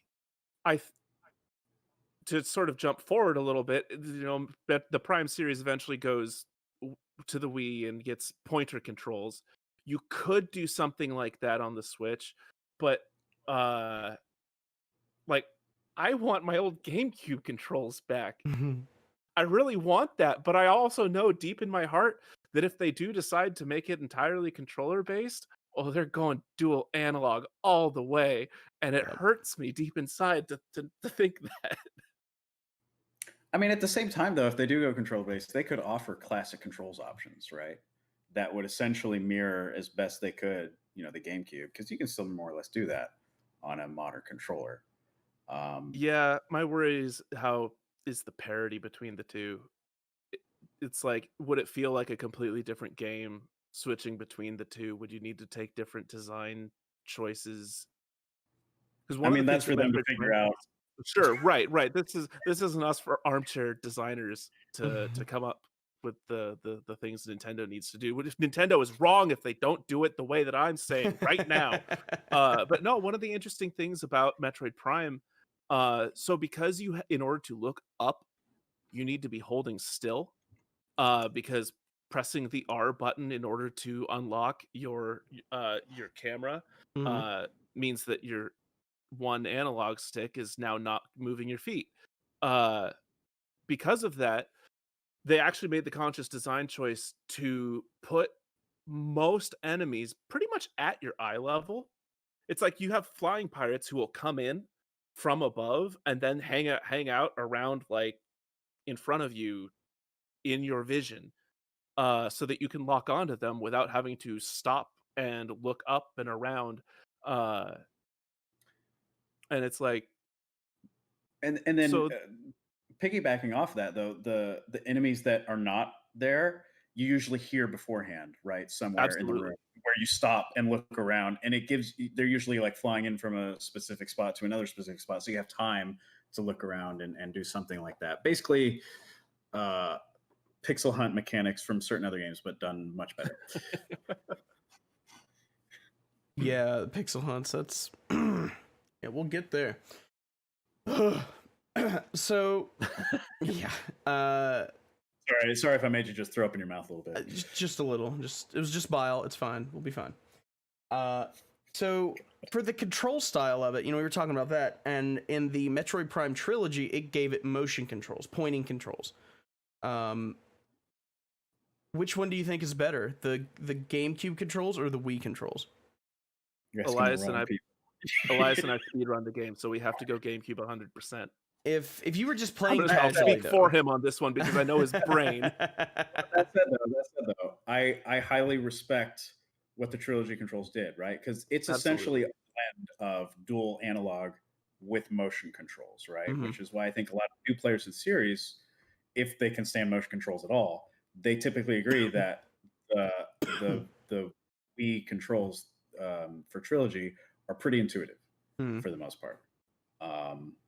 And so, yeah, like I like them both, but for personal preference, the beginning, the first one. I'm sure a lot of people in chat know that I despise motion controls and pointing controls.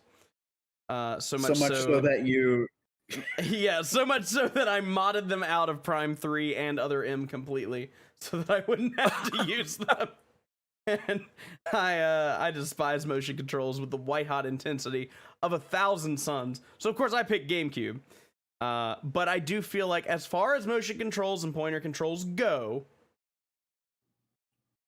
Prime didn't do it bad.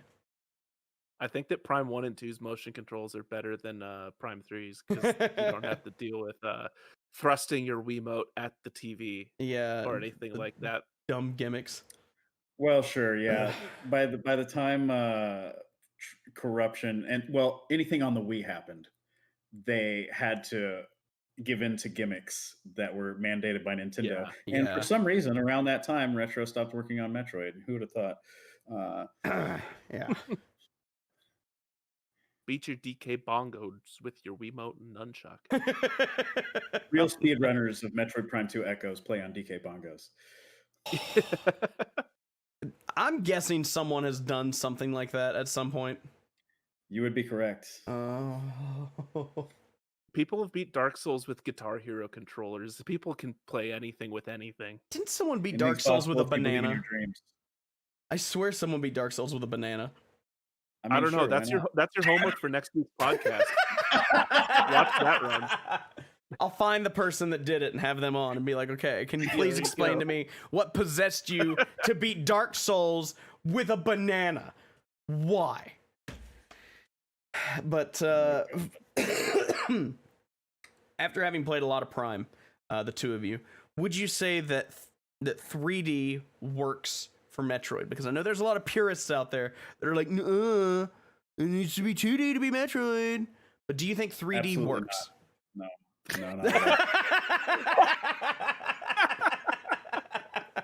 Worst decision I ever could make. That's what people thought. Oh yeah, there were a lot of those. I mean, they announced that Metroid was going 3D. People were livid. Yeah, they were actually flipping tables. I mean, Elias and I both got into the series with Metroid Prime, and it's like looking back.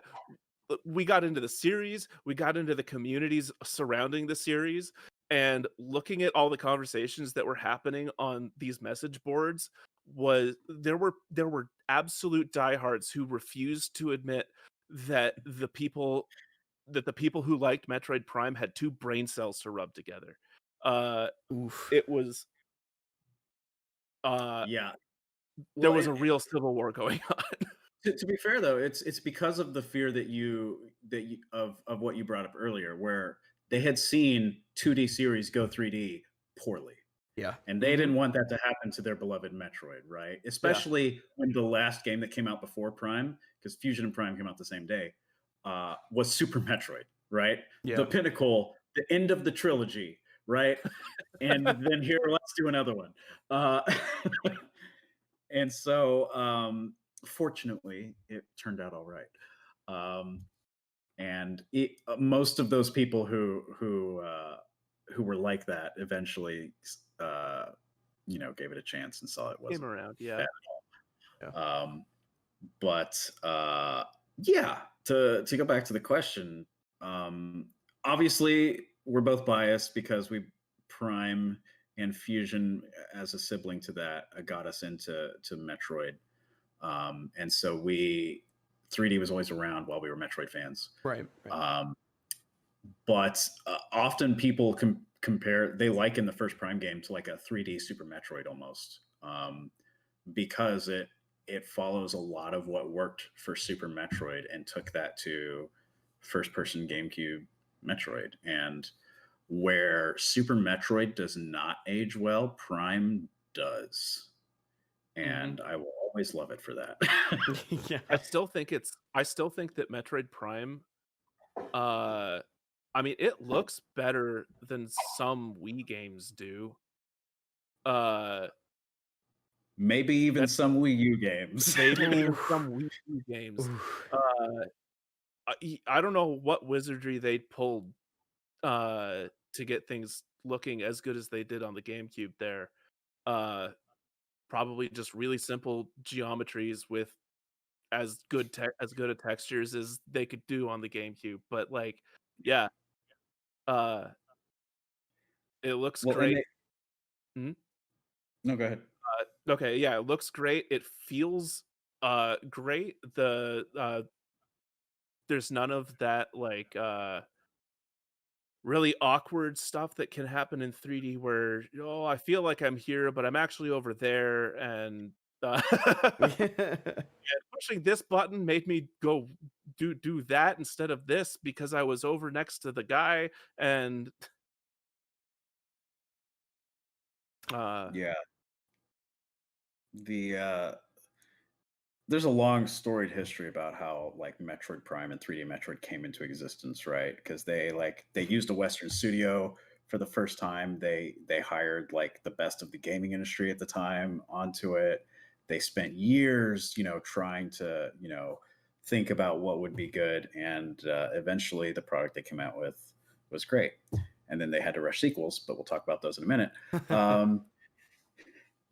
And there was so much attention to detail put into that game that really made it work as well as it did. And I think had they not done that, it would have very much run the risk of being a failed 3D iteration of a 2D series. And who knows, like Metroid could have gone the way of F-Zero, right? Yeah. Where that would yeah. Yeah. Yeah, it can absolutely kill it. And that's why I'm glad that Prime did as well as it did, because we may not have gotten future games without it. It could have just stopped the series right there. People could have just lost hope in it. Now you were talking about that, you know, the attention to detail in the game was as good as it was. I think that one of my favorite things about Metroid Prime 1 is actually the environments. I mean, it's a bit, I don't want to say generic, but kind of generic. Yeah, you have jungle area, ruin area, ice area, watery area, fire area. Yeah, exactly. It you feels have like these... a video game. Yeah, it's very video gamey, but I feel like the way that they did it was really, really well done. I think the environments, especially for a game as old as it is, I think the environments are gorgeous. And for the level of detail in that game on the GameCube, I feel like it ran exceptionally well, given the sheer amount of stuff that was going on. Pretty much a lost 60 the entire time. Yeah, exactly. Like it's... we won't talk about all the random crashes that happened in 1.0, but aside from those, yes. Like a few couple rooms. And I think that they sort of stuck to those like proven environmental formulas, because they were already doing so much different just by making this game, that sort of sticking to something familiar with the types of environments they use, which they departed from definitely in the next two games. Yep. That was one of the keys of success. It was just like, we're changing so much already. Let's keep this the same, but do the best we can on it. Mm-hmm. Yeah. And well, one of the things they also did was that, like, yes, there's jungle, there's ruins, there's ice place and fireplace, but they also sort of they would have sub areas within those. Within the ice place within Phendrana, you have the ruins half of Phendrana, then you have the lab half of Phendrana. In the Chozo ruins, you have like the desert place and then sort of this swampy place. At Talon Overworld, you have the jungle and then the underwater part that we don't want to do ever. Thankfully, that's just one short, straight little line that we can just skip. Yeah. No, it's so the first thing the speedrunners ever did with Metroid Prime was skip the frigate. How do we skip this? Yeah, find a way to skip the frigate. Do not want gravity suit at all. Yeah. That's an interesting point, because it always seems like water is like the worst part. Because we had that problem in Super Metroid and we had that problem in Prime 1. It doesn't feel good to go slow. Yeah. Especially if you're speedrunning. Yeah. And I mean, in 2, you have the bog, and everybody hates the bog because it's so agonizingly slow. The bog is probably why 2 is my third favorite Prime game. Oh, I'll get to why mine's my least favorite Prime game. I just skip most of the bog and call it good. Anyway, about the first game and how good it is. Yeah, so speaking about how good it is, it also has a rando, and I think it's a really good rando. And I'll just let Elias gush about the rando for a minute, so take it away, Elias. It's good. Thank you, Elias. I appreciate your incredible insight into the world of Metroid Prime 1 randos. Was good. I don't know how aware you are of this, but there was a Metroid Prime randomizer tournament towards the end of last year. I forget when exactly it ended. Elias and I placed evenly on it. Which we both made it through Swiss, both made the bracket, both finished tied for 5th place. Never fought each other once. No, we didn't face each other once, but I would not stand for it. Which is why our marathon that's coming up, we're actually capstoning it with the long-awaited Clash of Titans, 5th place Titans. 5th place Titans. It's gonna go on my tombstone. Elias Thompson, 5th place Titan. Yeah, there you go. But yeah, we're gonna be ending that with a Metroid Prime randomizer race between the two of us.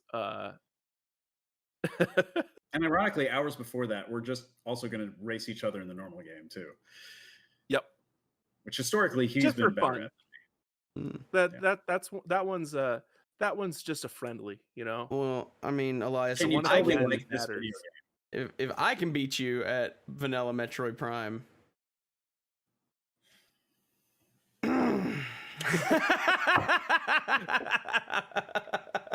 And Elias, he's done. Elias, you getting a sandwich? Oh. I think he's gonna get a gun. Jacob, you can't do this to him. You can't do this to him. I need him for at least the next 3 days. All right, I'll message him Tuesday and remind him that I beat him at Metroid Prime. Yeah, Monday you can send him into as terrible of a spiral as you feel the need to. I need him for the next 3 days.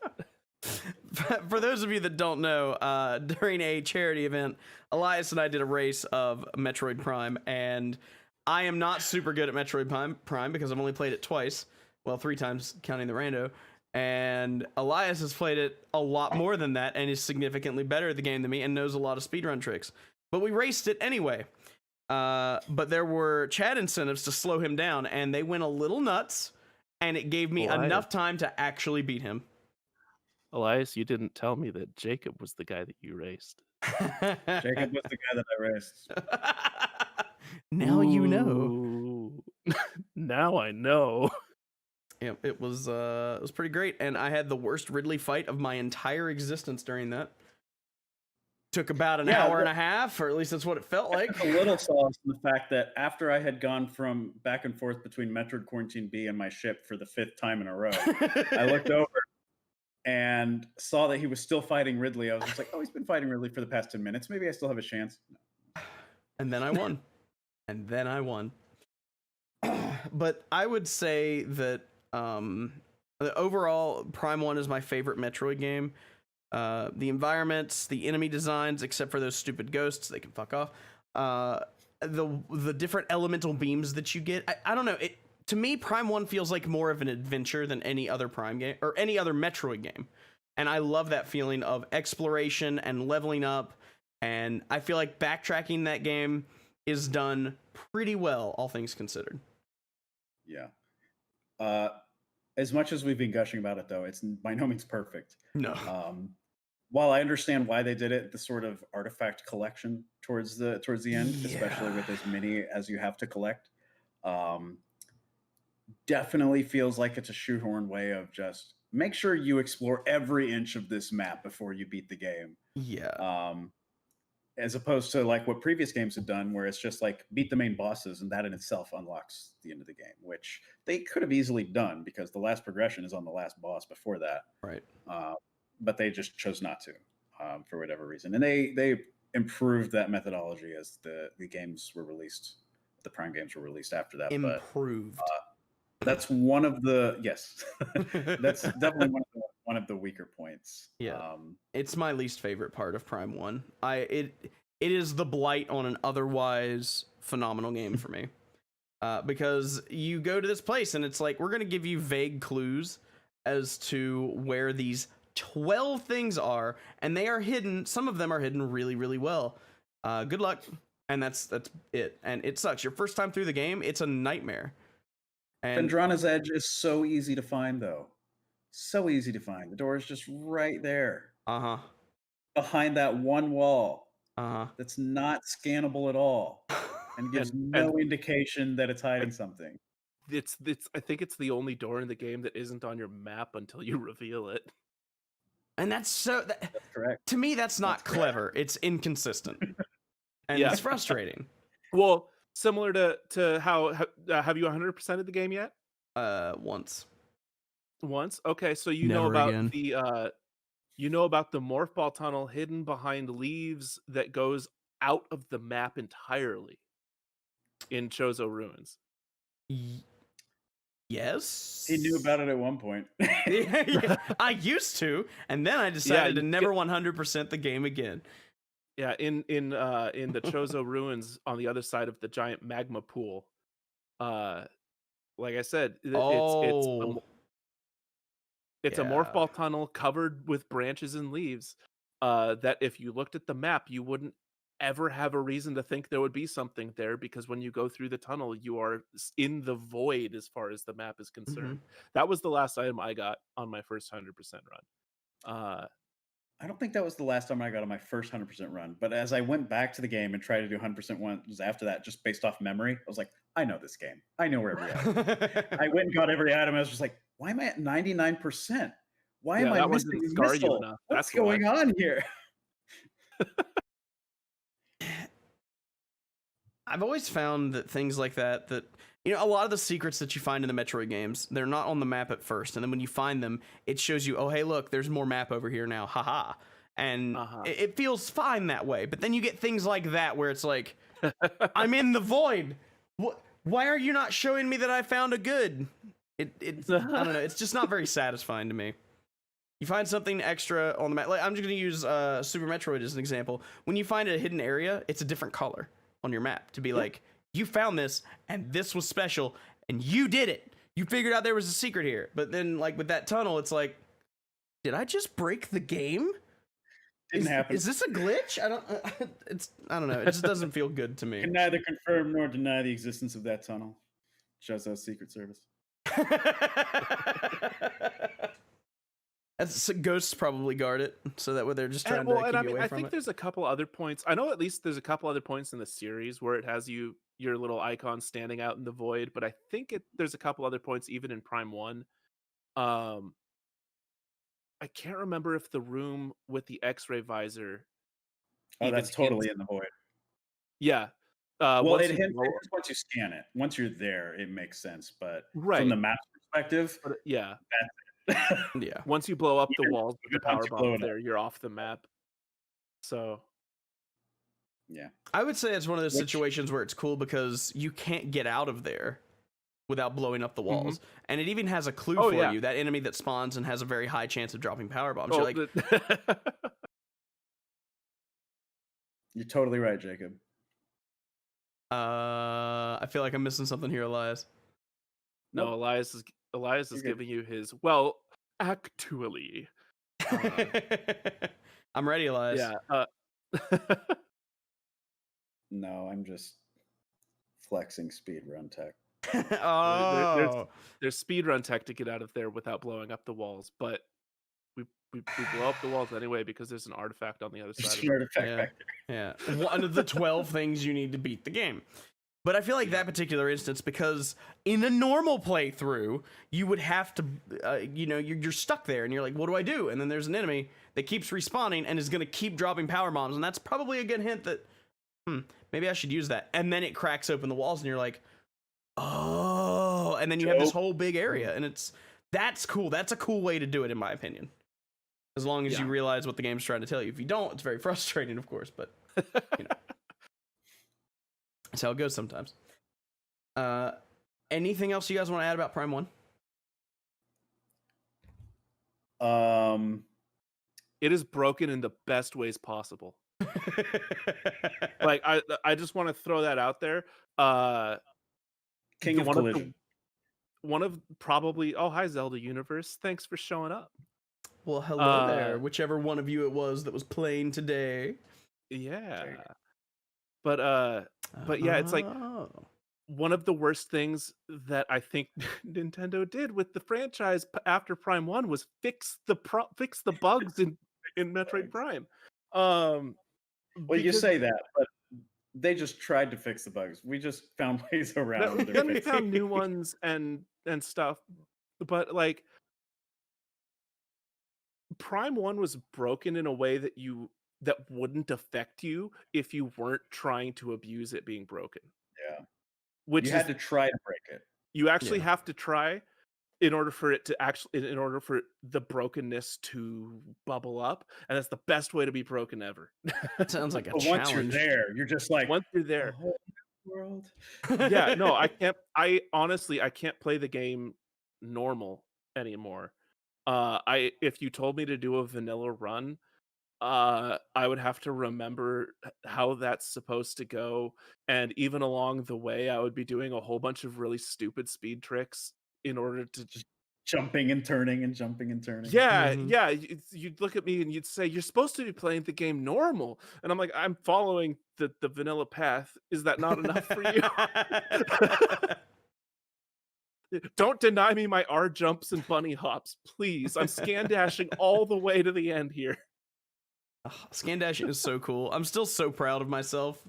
Elias told me about how you can get the in a normal playthrough how you can get the space jump boots early, and I was like, oh, I gotta look this up, and I figured it out pretty quickly and got it on my second try when we did our race, and felt really good about it. Oh, serious? Nice. Yeah, it was And really he got fun. it before I did too, because I had to do it while wearing oven mitts. That was so funny. Yeah, that would get in the way, wouldn't it? By the way, I eventually did the trick with oven mitts. Well, congratulations. Which is impressive. Take that, Triple P Lily. So I personally feel like Prime 1 is going to be essential. I feel like it breathed new life into the series, and it showed that the 2D series that Metroid was could be done in 3D, and it could be done well. So I would personally say it's very essential. Yeah, very much. And like, even on top of just like mechanically showing that the series can exist in 3D, you didn't even mention the scans, all the lore that the scans add to the entire franchise. Optional story in that game. I mean, it's all optional stories that you don't need to know about or anything like that. But when you start digging into it, I've called the game Mist with Guns before, which is an exaggeration. I don't know. Anyone who's actually played Myst will know that that is not a comparison to be made, but it is not as hyperbolic as you'd expect. It has some foundation. Yeah. Yeah. And that's true. You know, it's plot that isn't thrown in your face. It's there if you want it, but if you don't want it, you don't have to read it. And I think that's a very interesting way to do lore. In some game series, I feel like it works really well. In some, I don't think that it does at all. But in Metroid's case, I feel like giving you the lore by you looking at the environment. I think that's a really interesting way to do it. Just because it's like you're the one looking around, and you wouldn't have the knowledge that Samus would about that particular universe, but you're seeing what would almost be like her thoughts on what's going on, and it gives you more of a connection to the universe, and I think it's really well done. Yeah.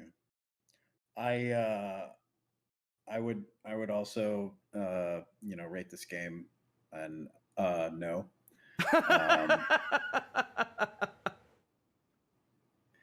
Which is to really say essential. This is the game I say for people. There's a certain kind of gamer who doesn't like platformers in the traditional sense, side-scrolling platformers, which is most of Metroid.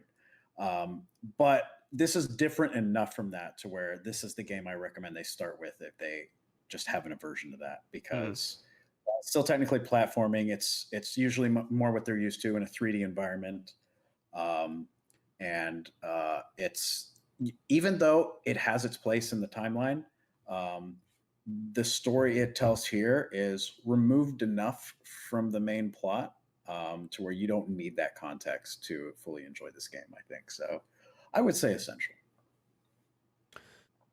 Yeah, I think that not just for future Metroid games, but for other games in general, it shows that if done correctly, 2D to 3D can work. And not just for Metroid, but for other games that maybe had been a little antsy about doing that. Maybe they got some encouragement seeing how well it did. So I think that it's important, not just to the Metroid series, but I think it's also important to gaming as a whole for that period of time. And that's always cool. Unfortunately, as you said, then they had to rush out sequels, which means we got Prime 2, which is my least favorite of the Prime games. How many years did they work on the first Prime? It was like the late 90s they started, so at least 3 years. 4 probably. I can't remember exactly when this conversation's had, but Prime 1 to 2 was less than 2 years. Yeah. I mean, to be completely fair, a lot of that dev time into Prime 1 was them coming up with the base idea of how on earth they were going to do the game. There's stories of Miyamoto tearing through their office, talking about how Samus needs to change her head, which is where the visor idea came from. But her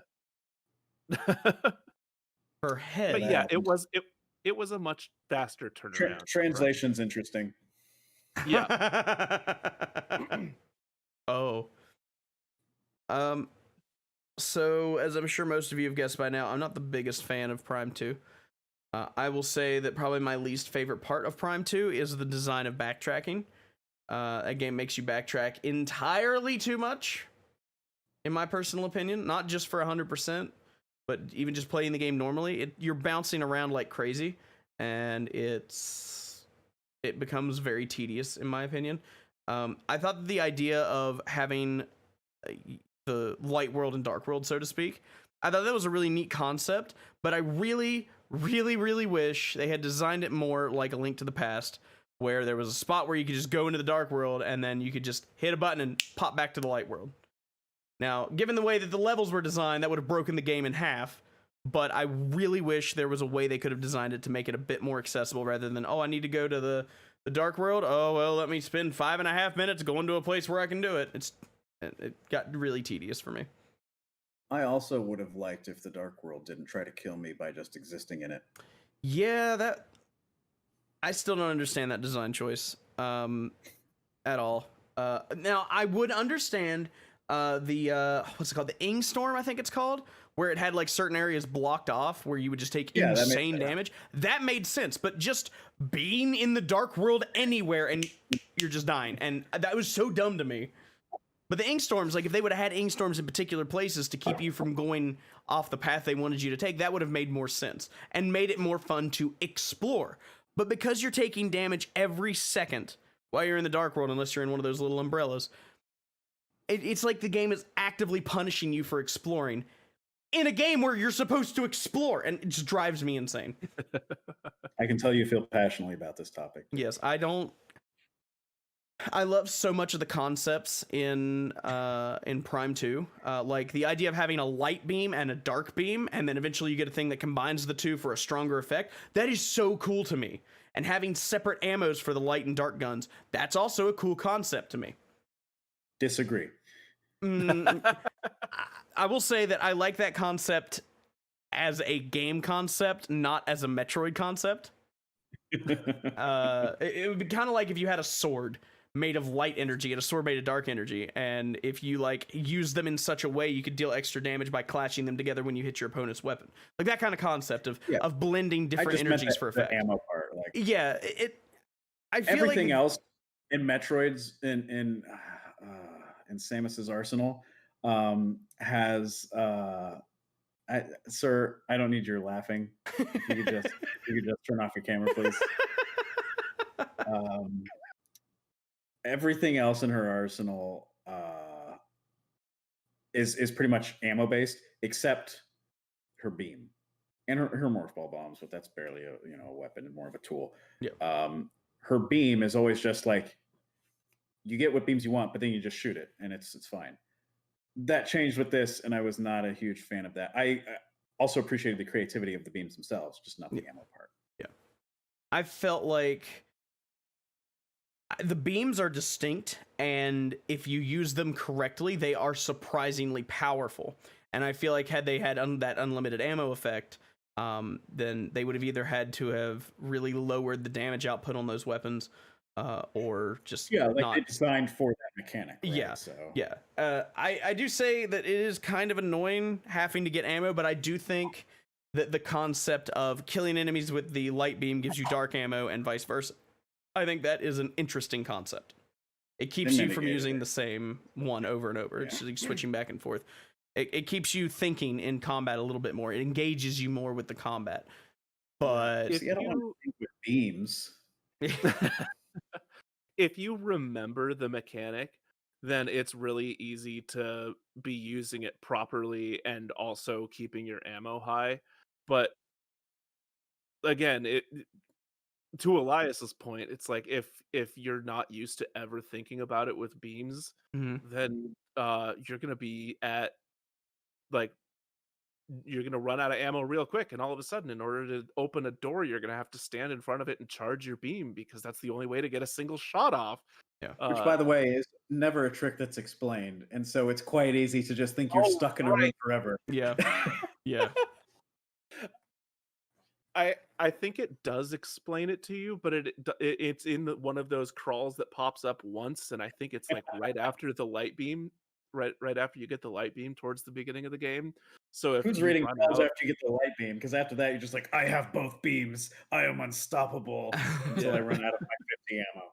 Yeah, I do feel like the ammo expansions in that game are necessary to avoid a lot of frustration. I'm going to be running this one from 2 a.m. to 8 a.m. on Saturday morning. Prime time hours, ladies and gentlemen. Prime time hours. There we go.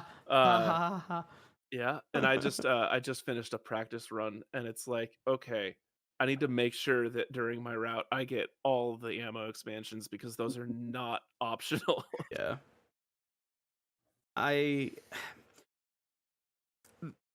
This is hard for me to explain, but like the combat that the game, I feel like because you're having to constantly switch between ammo types and some are more effective against certain enemies, blah, blah, blah, blah, blah. I feel like the combat does engage you more, but you also have less choices because you don't have elemental beams. You just have light and dark. And then, of course, you get the Annihilator beam, but that's It would be like a fire ice weapon. It's like, okay, whatever. Echoes has some of, in some ways, Echoes represents some of the best and some of the worst that can show up in the general Metroid formula. While it's not as extreme as Metroid 2 or Samus Returns, there is some linearity in the expected path of just like go from point A to point B to point C, and you basically do that. And it almost feels like they shoehorned backtracking into it for progression of just like, oh, right, they expect to backtrack. While you're in this area, go back to this area and get one thing. And while you're in this area, go back to the other one and get one thing. And then we'll just keep you back on the rail. So the overall like progression path and map design that came with it felt linear, more linear than I was comfortable with for myself. But on a totally different topic, right? Like some of the bosses in that game and in enemy designs are some of the best in the series. Like the boss of the final area, super creative, super awesome feeling to fight. The end of the game is probably my favorite end of any Metroid game.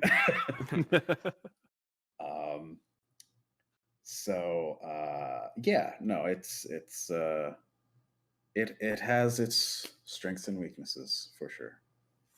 I think that probably my favorite part of it is just the way that they expanded on the abilities that you got in Prime 1 and they incorporated new ones. So like the screw attack makes its triumphant 3D debut in Prime 2, and it's excellent. It's like you just you get that your space jump off and then you just keep going. The seeker missiles sometimes don't hit what they're supposed to, but they're good. They're a good thing to use. It's a nice option to have. Yeah. It's a nice option to have.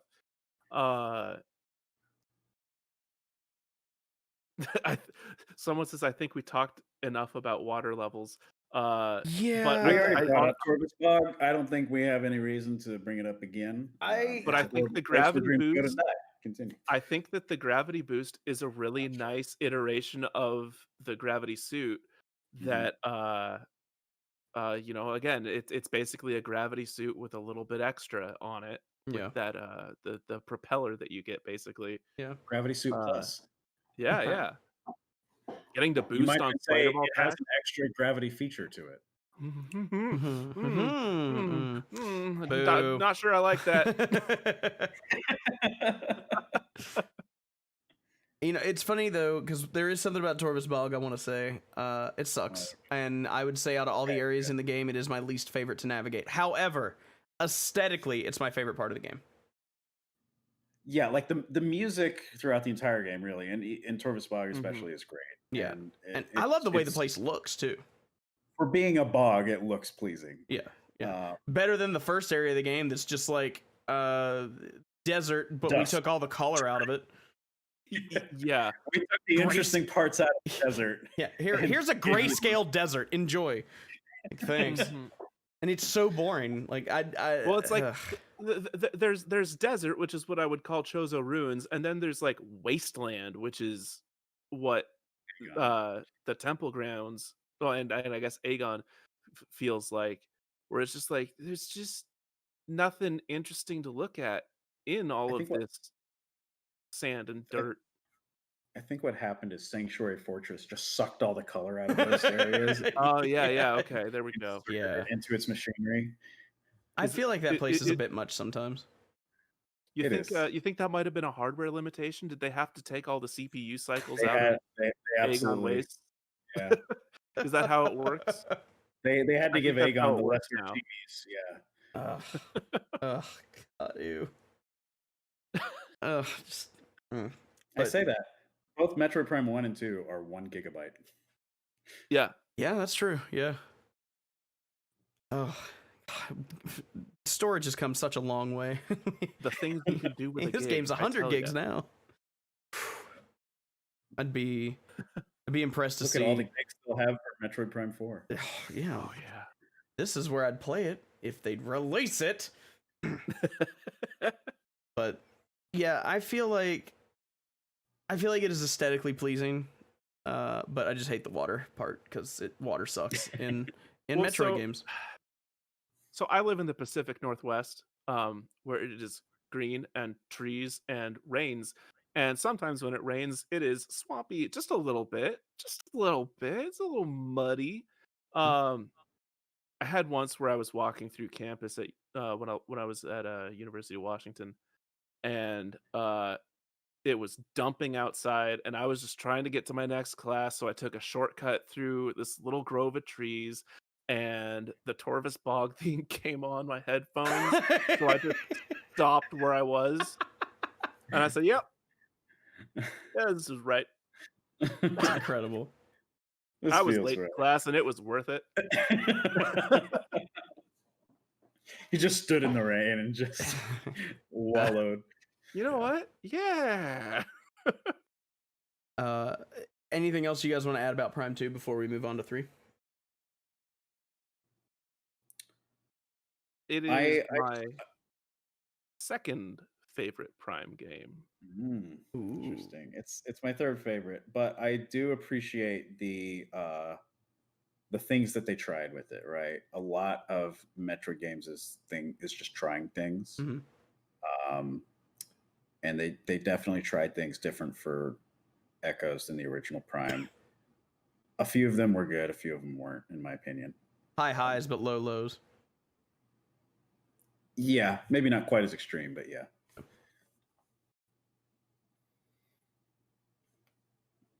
But yeah, then they made Prime 3, right? And they had to shoehorn in the motion controls. Do we want to rate Prime 2? No, we don't want to rate Prime 2. I mean, not to tell you how to run your podcast. No, I forgot because sir, you're doing your podcast wrong. I don't remember what I had for breakfast today, so remembering to rate every game, it's gonna eventually fuck up somewhere. It's gonna happen. So essential, recommended, optional, or haha no. For me, I'm gonna say optional, but close to recommended. I would still say recommended. It's a recommended from me. It's not as essential as Prime 1, especially because you're like missing context if you don't play the first one. Yeah.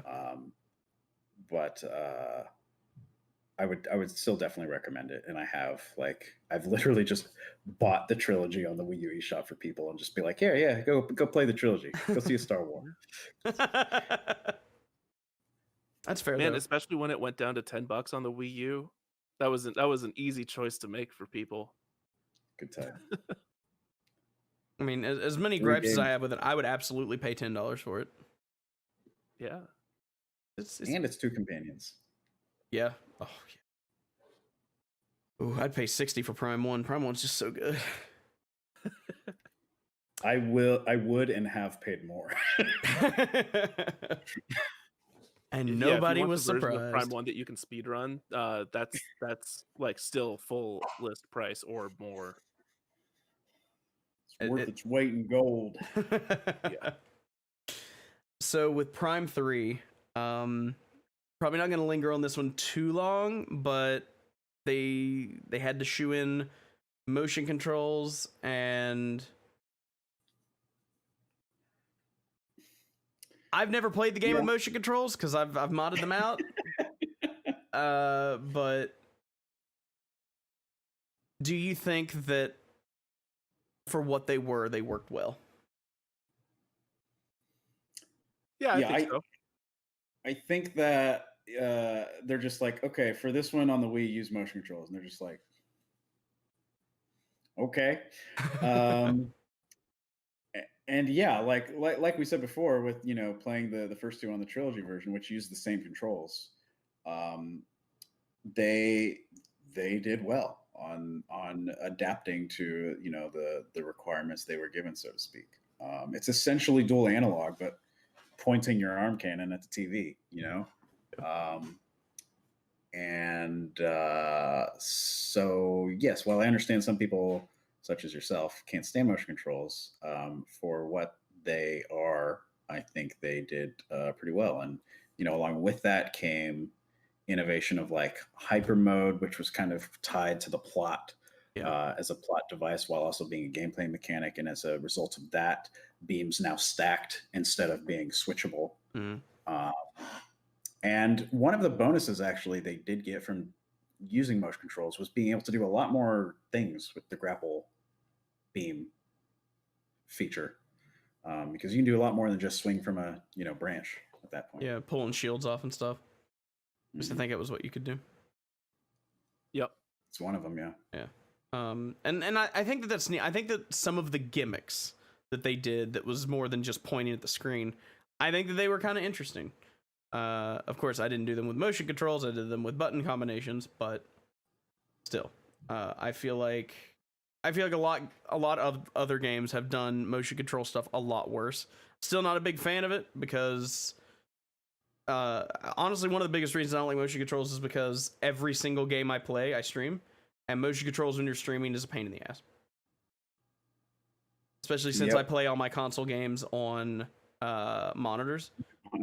Yeah. So trying to use a Wii remote on a computer monitor is shit, and you shouldn't do it. It was not designed to stream. That's for sure. No, not at all. But I do feel like designed for anything closer to like 5-10. Would you say there's anything in particular in Prime 3 that didn't work very well? I would have liked they kind of dipped into more story, like interface storytelling with Prime 3. You had NPCs actually speaking voice. There was voice acting in it. But I feel like they didn't go far enough with it. Towards the beginning, you're introduced to these characters, and spoiler alert, most of them face tragic endings by the end of the game. But you very rarely feel tragic about it, because you barely spent any time with them, while barely spent any time to make any meaningful connection. You have a little I remember this guy montage every time it happens, and it's usually the 1 or 2 cool things that they did. They literally show every interaction you had with them. Yeah, some of them I'm pretty sure it I think that for the last one, it even shows like things that happened in the last 5 minutes before the boss fight. Because Remember there when was you that. talked to them? Yeah, that was Yeah, good. Good. yeah, good times. Um, But that was something new for Metroid that they were trying, right? Mhm. Like there had never been any dialogue in Metroid, and then they went a little too far with it after that. They it was one of the things they were trying to. So I understand why they didn't go as far as maybe they should have, but I think in the way they did it, like they still kept Samus a silent protagonist. You know, they kind of did the Breath of the Wild treatment, just not as much. Right. It was a step in the right direction. I feel like, especially considering it was like the end of a trilogy. They were wrapping up a bunch of plot points. There was a lot of things being said during cutscenes in particular. So they were wrapping up plot points that they hadn't figured out how to tie together yet. Was the other thing. Yeah. A lot of the story of Prime 3 is very much, we didn't really think of this being as a cohesive trilogy, but I guess how if do we we have finish this? yeah, we can tie those first two games together in a way that makes a third game work, right? They knew what the plot was going to be about during the second game. Then when they started doing the third game, they were just like, how do we end this? And now we have Prime 4 coming. So, oops. Yeah. Well, that is set up to be a mostly separate plot entirely. So, mostly. Kind of like Halo. Kind of, actually, yeah. Why? You ruined my Halo. Sorry, Well, flashbacks. that's also like Prime 1 itself. Like the Prime games itself are largely separated from the main plot of the existing Metroid games, like Metroid 1 to Fusion, and then other in between Super, which was kind of retcon between Super and Fusion. Like that tells a very sequential story. Yeah. And while the Prime games have a place in the timeline in the middle of that, they largely do not affect those events. Yeah, because Phazon is nowhere, and you would think it would be, but well, that's one of the things they had to try and wrap up in Prime 3. They're just like, yeah, this is now like everywhere. How do we rein this in and eliminate it? Yeah, just blow up the entire planet. It'll vanish from everywhere. Cool. Yeah. Which cool. Works. I just want to bring up is a sentiment that has been misunderstood and probably mistranslated at times into saying that the Prime games are not canon. They are canon. They just don't affect the rest the series outside of the Prime games. Yeah, they still happened. Yeah. I'm always very careful in my wording when talking about that, but to be perfectly clear, yes, they are absolutely canon. Yeah. And for the time being, they still fit snugly into the timeline. But the amount of time that they have left to do that in their own self-imposed timeline is very getting a little squished. Because they've started to name years on games, and it's just like, oh no, that's like a year apart. Prime 4 is going to introduce time travel to the whole thing, great. So we'll have as much time. Super happy about that. Yeah, good, great. I feel like time travel can be done. What about the timeline where the hunter fails?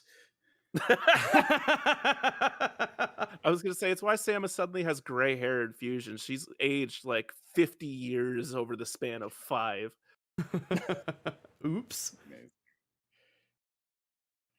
So I feel like with Prime 3, I'm not going to talk about the keys because it's just the artifacts done worse. And that's why I didn't talk about the Ing temple keys. It's done a little better, actually, in Prime 3. That was probably I'm still not a fan that they lock away the end of the game like that, but it was better than how they did it in Prime 1 and 2. Because 2 was the same thing, just less keys. Yeah, my problem with 2 is that which makes it better. My problem with 2 though is you can't get the damn things until the end of the game, even if you know where they are. Yeah. Not until you can do that. Certain item, yeah. Yeah. Which you get very, very late in the game. But Prime 1, you're going down in the lava place that the name eludes me. And if you know lava place works. Yeah, lava place. Yeah, with good music. If you know that artifact is in that like rock pillar, you can grab it like immediately. And I think that's a cool way of rewarding replays. I think that I wouldn't say that it increases the replay value, but if you're replaying it, it's a bit more convenient. But in 2, it's like, I know that's there. It's right there. It's right there. Can I please have it? No. Well, in Prime 3 though, they do that they do that good part of Prime, but even more so in that they usually tie it into something, a required thing you have to do in a room. Like they're energy cells instead of artifacts. You have to take this energy cell to progress through the room, to progress through the plot, and you start collecting them before you even realize that they're keys. They are, yeah. My main issue with them is something incredibly petty and stupid, and it's hit me. It's that you can go the wrong way. Yeah, no, that is frustrating. That like you don't. What the bright side is that you don't need all of them. Yeah. The problem is that if you don't need all of them, that means that you could waste some. Yep. Which I did. Oops. Yep. Frustrating. I just use it as an excuse to do a 100% run. It's easy. I tried to use a glitch that was in the Wii version. Wait, no, the standalone Wii version, but not in the trilogy version.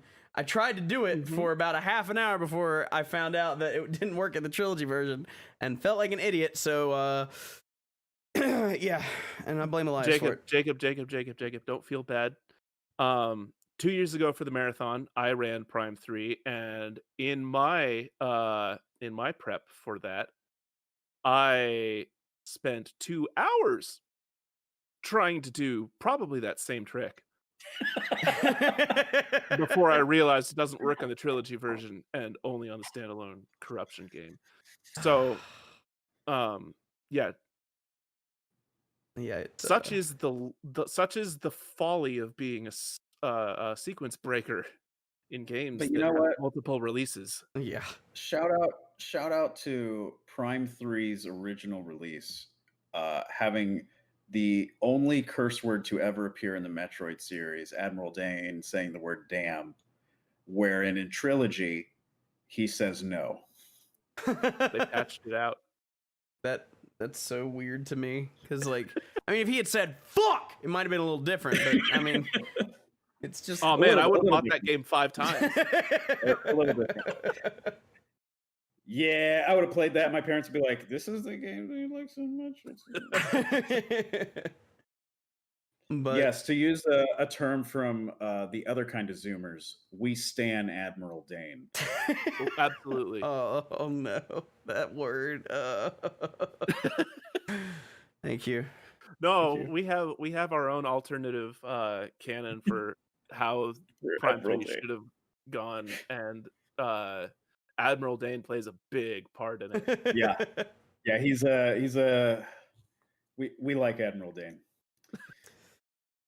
Well, I'm glad that Prime 3 did relatively well, and that it was relatively well liked, because there is a lot to like in Prime 3, despite the fact that it has motion controls. But I do feel like some of the puzzles that they had motion controls with were really well done. I feel like they were given this thing by Nintendo, hey, put motion controls in because we need the Wii to, you gotta have motion controls in there somehow. And I feel like even though they were given that, they still did really well with it. And that's impressive, because motion controls suck.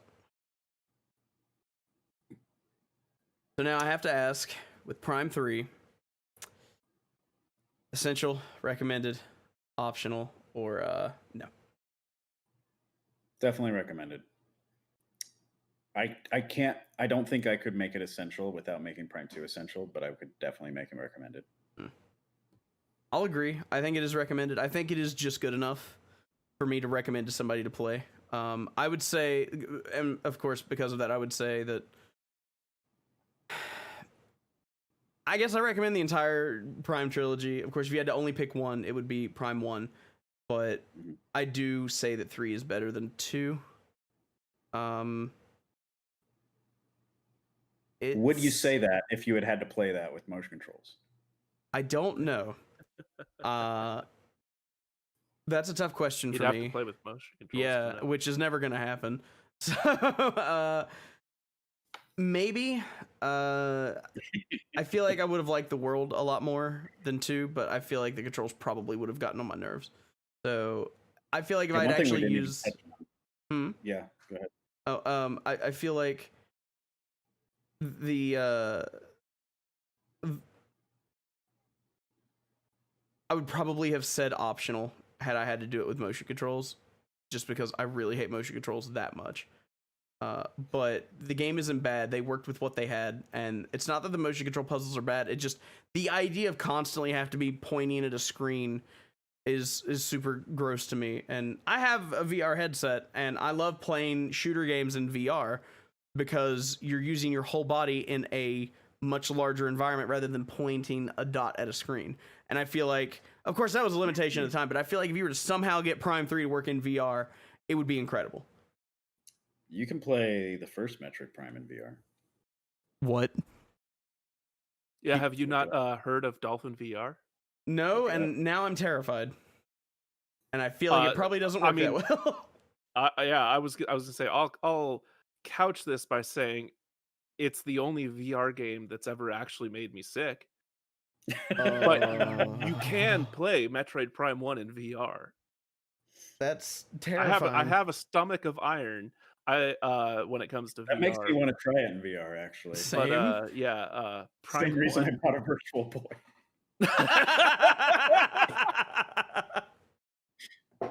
Oh yeah, no. It wasn't made for that. I think it has something to do with the field of view. You need to start messing with that in order for your body to actually think that what you're seeing is supposed to physically be there. Yeah. I was just going to touch on, while you were saying all that, Jacob, that something we didn't touch on about Prime 3 specifically are the environments, which again are radically different than the previous 2 Primes, and for the most part, like, do pretty well. Yeah. In some parts, there's a little bit of phase-on overload, literally. Yep. But like stuff like Skytown in Elysia is just like fantastic. A lot of really cool concepts, especially like swinging on the rails in Skytown was the BioShock Infinite moments. Yeah, exactly. I wish you could just enjoy the ride and like look around at the cool environments rather than constantly have to be shooting at shit that's spawning in front of your face. A couple times you can. But you're still on edge because you're wondering if something. Of course, yeah. But yeah, it did have good environments. I thought that the reason that you go to each planet was kind of dumb. Oh, there's a computer here and it's got a virus. Yeah. What? Yeah, Samus is IT tech support. I don't know. It's just really dumb to me. But on call. I do enjoy the villain concept, so to speak. You know, where it's corrupting your friends. Well, friends. I mean, you met them for like 5 minutes, but it was a cool concept. It's just had friends in years. But I do feel like it did well at showing you the bad guy, and the thing that you need to win is slowly getting worse inside of you as you go. Like the whole corruption concept I thought was cool. But I know that that's not really everyone's cup of tea. But I thought it was pretty neat. Yeah. So, yeah, now we have to talk about the one that I'm sure everybody's been waiting for. Before I touch on that, I will say that if you guys have anything extra you want to add about any of the lesser known handheld shitty Metroid games and or Federation Force, now's the time. Whoa. So I take it we're skipping Pinball. Okay, not not Prime Pinball. I'm talking more like what was it called? Hunters, I think. Yeah. In this following essay, I will explain. No. Yeah, we're all good to be sitting here for another 2 hours while Elias and I just go off on how great pinball is, right? Because we've got it. I assume the games you're going to be skipping over here are Pinball, Hunters, Federation Force. Is that it? Yep. Okay. As far as I know. We only have 2 left to talk about. Okay, yeah. So I would say that Federation Force is really obnoxious, but if you are forced to play it with 3 people that you can talk to, it's not actually a bad time. Federation Force is best enjoyed when you can suffer together with your friends. Yeah. Suffer. I Like think the most first other time bad that we things. I think the first time that Nathaniel and I both beat it, we were playing with each other and a couple of other people. And yes, it's the Triforce Heroes of the Metroid series. If you've ever played that, if not, then it's Google it. It's bad. That's what he's saying. Bad. It's a nice little co-op game where you don't play as Samus at all.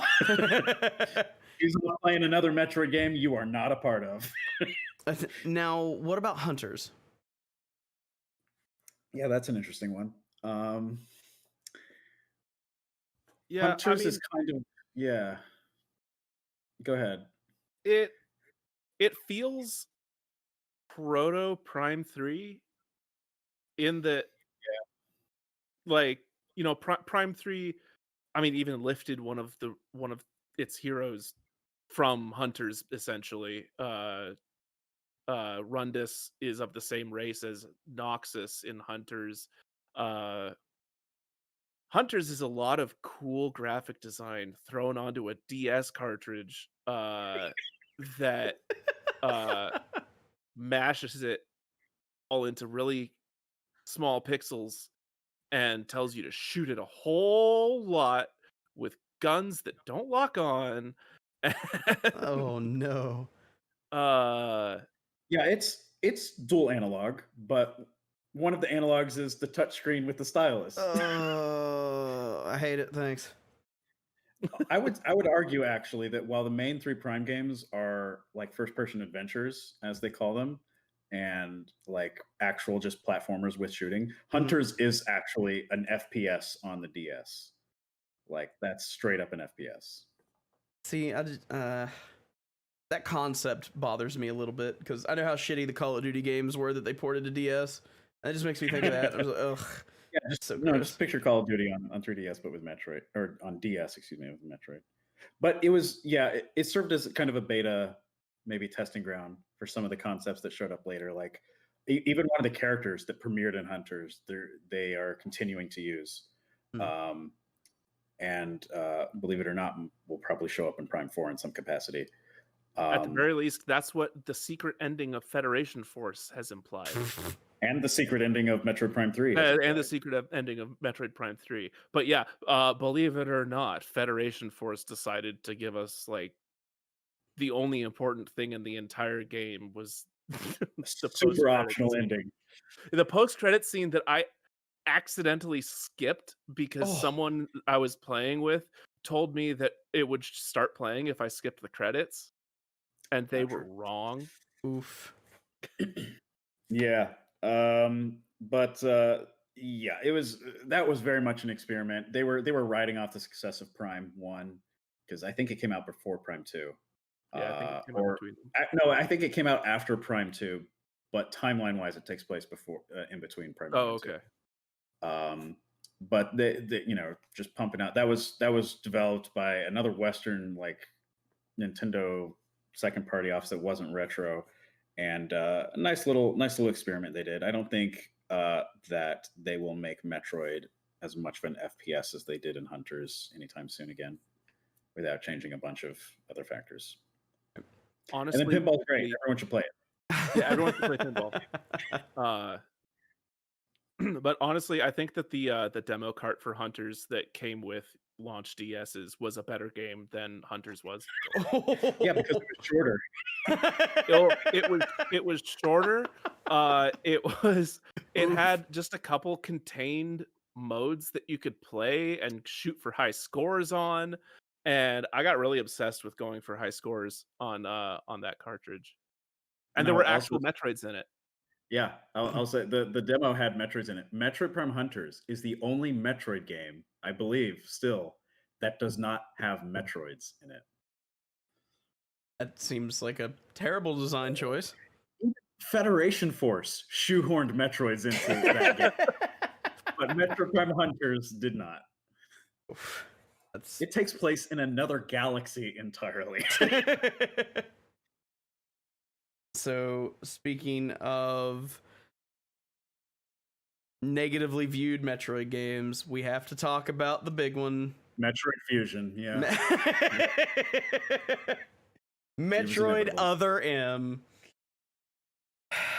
So I'll start by saying this. I like Metroid Other M. I think that Metroid Other M is a good game. I think that the story in Metroid Other M is pretty not good at all. But the game itself is good. I kind of compare this to Final Fantasy 13 and Banjo-Kazooie Nuts and Bolts in that it's a fine game. It's a terrible Metroid game. I feel like it would almost have been like a really, really good Wii game if it wasn't for the fact that they slapped Metroid on it. Like, it could have been anything else. They could have called it something else, like Space Adventures with Adam or something like that. I don't know. And it would have just been better off. But they put Metroid in it, and it suffered for it.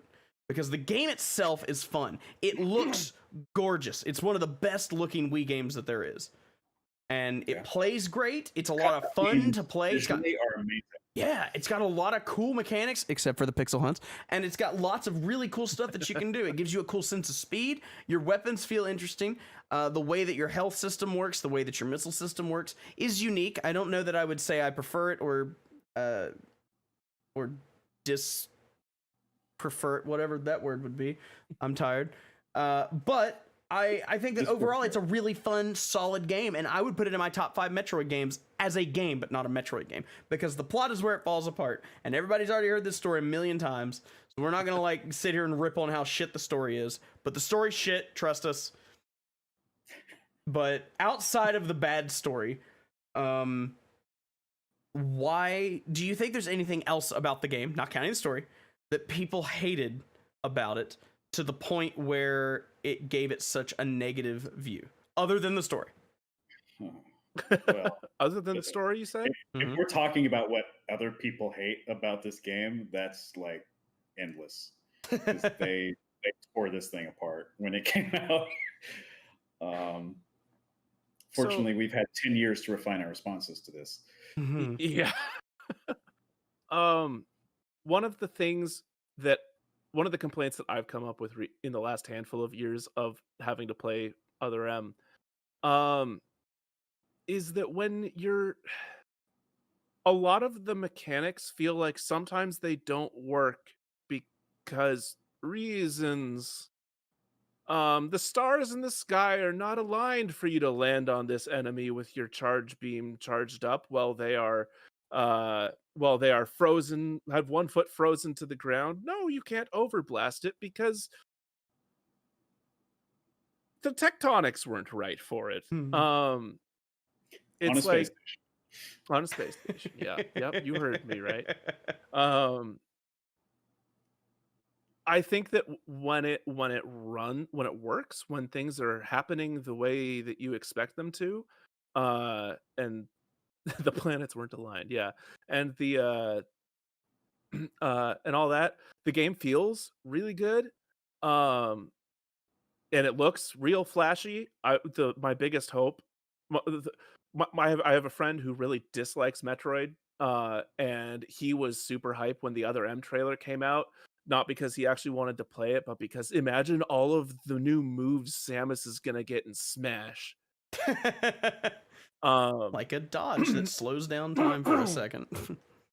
Yeah, and then on the other hand, there's the dodge, which again is one of those things that like it's really neat to sort of show how nimble and athletic Samus is, even when she's inside her suit and all that.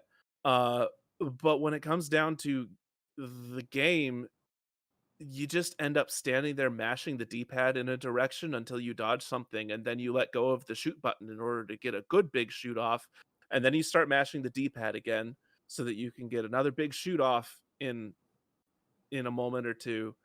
And it suffered the same effect as Samus Returns in the Melee. Yeah, how you're just fishing for certain attacks so that you can punish them instead of actually trying to, I don't know, engage with the enemy. I tend to boil down the main issues I have, at least with Other M, to just 2 points of there are specific controlling decisions that are unfortunate.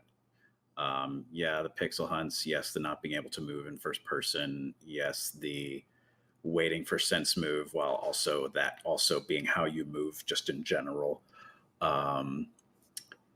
The idea that they wanted to force you to hold the Wiimote sideways,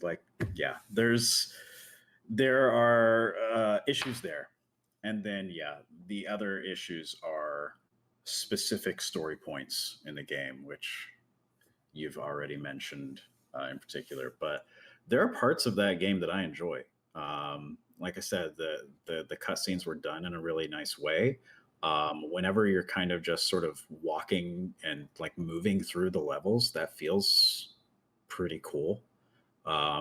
I didn't think I would like the sort of quick time events, like overpowering stuff, as much as I do, and so those are nice again when they work.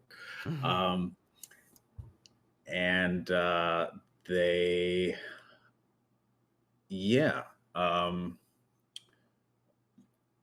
sometimes when I'm playing it, it feels like I'm playing Metroid. Other times when I'm playing it, it doesn't. Sure. Also, for transparency's sake, I modded out all the motion controls and the need to twist the remote sideways for various bullshits. And needing to no hold... wonder you like the game. You can actually play it sometimes. Yeah, it works really well if you get rid of the motion controls. Like really well. One of the innovations they did for Other M that I actually hope in some way makes its way into the Prime games was they innovated how to do speed boosting and shine sparking in 3D. Oh yeah. And I think they did it very well. They did it basically the way I had imagined it working in the Prime games, and I hope that comes back because it feels really cool. Yeah, it does. It's so much fun. No, the best parts of Other M all have you glowing and running very fast. Yep. You can get to the end of the game and be done with it quick as possible. Well, you say that, but when you get to the 100% final boss, it's literally just sense move the boss. Yeah. No, and then pot shotting when you can. Yeah, that's where if you haven't figured out that the best strategy is to just stand still and mash the D-pad, you figure that out real quick. You figure it out real quick. Now this is, again, I'm not really going to mess with the story because everybody's heard that a million times, but do you think that Other M tarnished the legacy of Metroid? I wouldn't say tarnished, but it sure got us worried. Because I mean, the games that are out are still out, and they're still great. Oh yeah, you can't take that away. Yeah, not to jump ahead, but everything about Other M screams optional, right? Even where it fits into the plot, right? They had already told the story of what happened before this and what happened after that, right? Yeah. They just, shoehorned a story into the middle of those two events. So you don't need to view the story there. No other Metroid game plays like Other M or had played like Other M. And it's unlikely that any Metroid game in the future will, at least for the most part. And so, I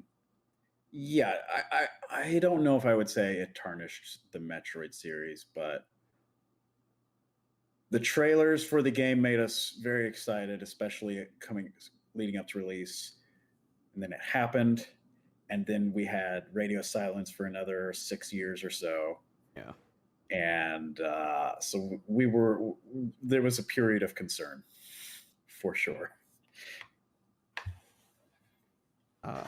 again, I know we kind of blew through it, but is there anything else you guys want to talk about Other M? Again, we're just ignoring the plot because we talked about that a million times before, but So Other M, developed by Team Ninja, kind of more of an action game than the Metroid series has been in the past.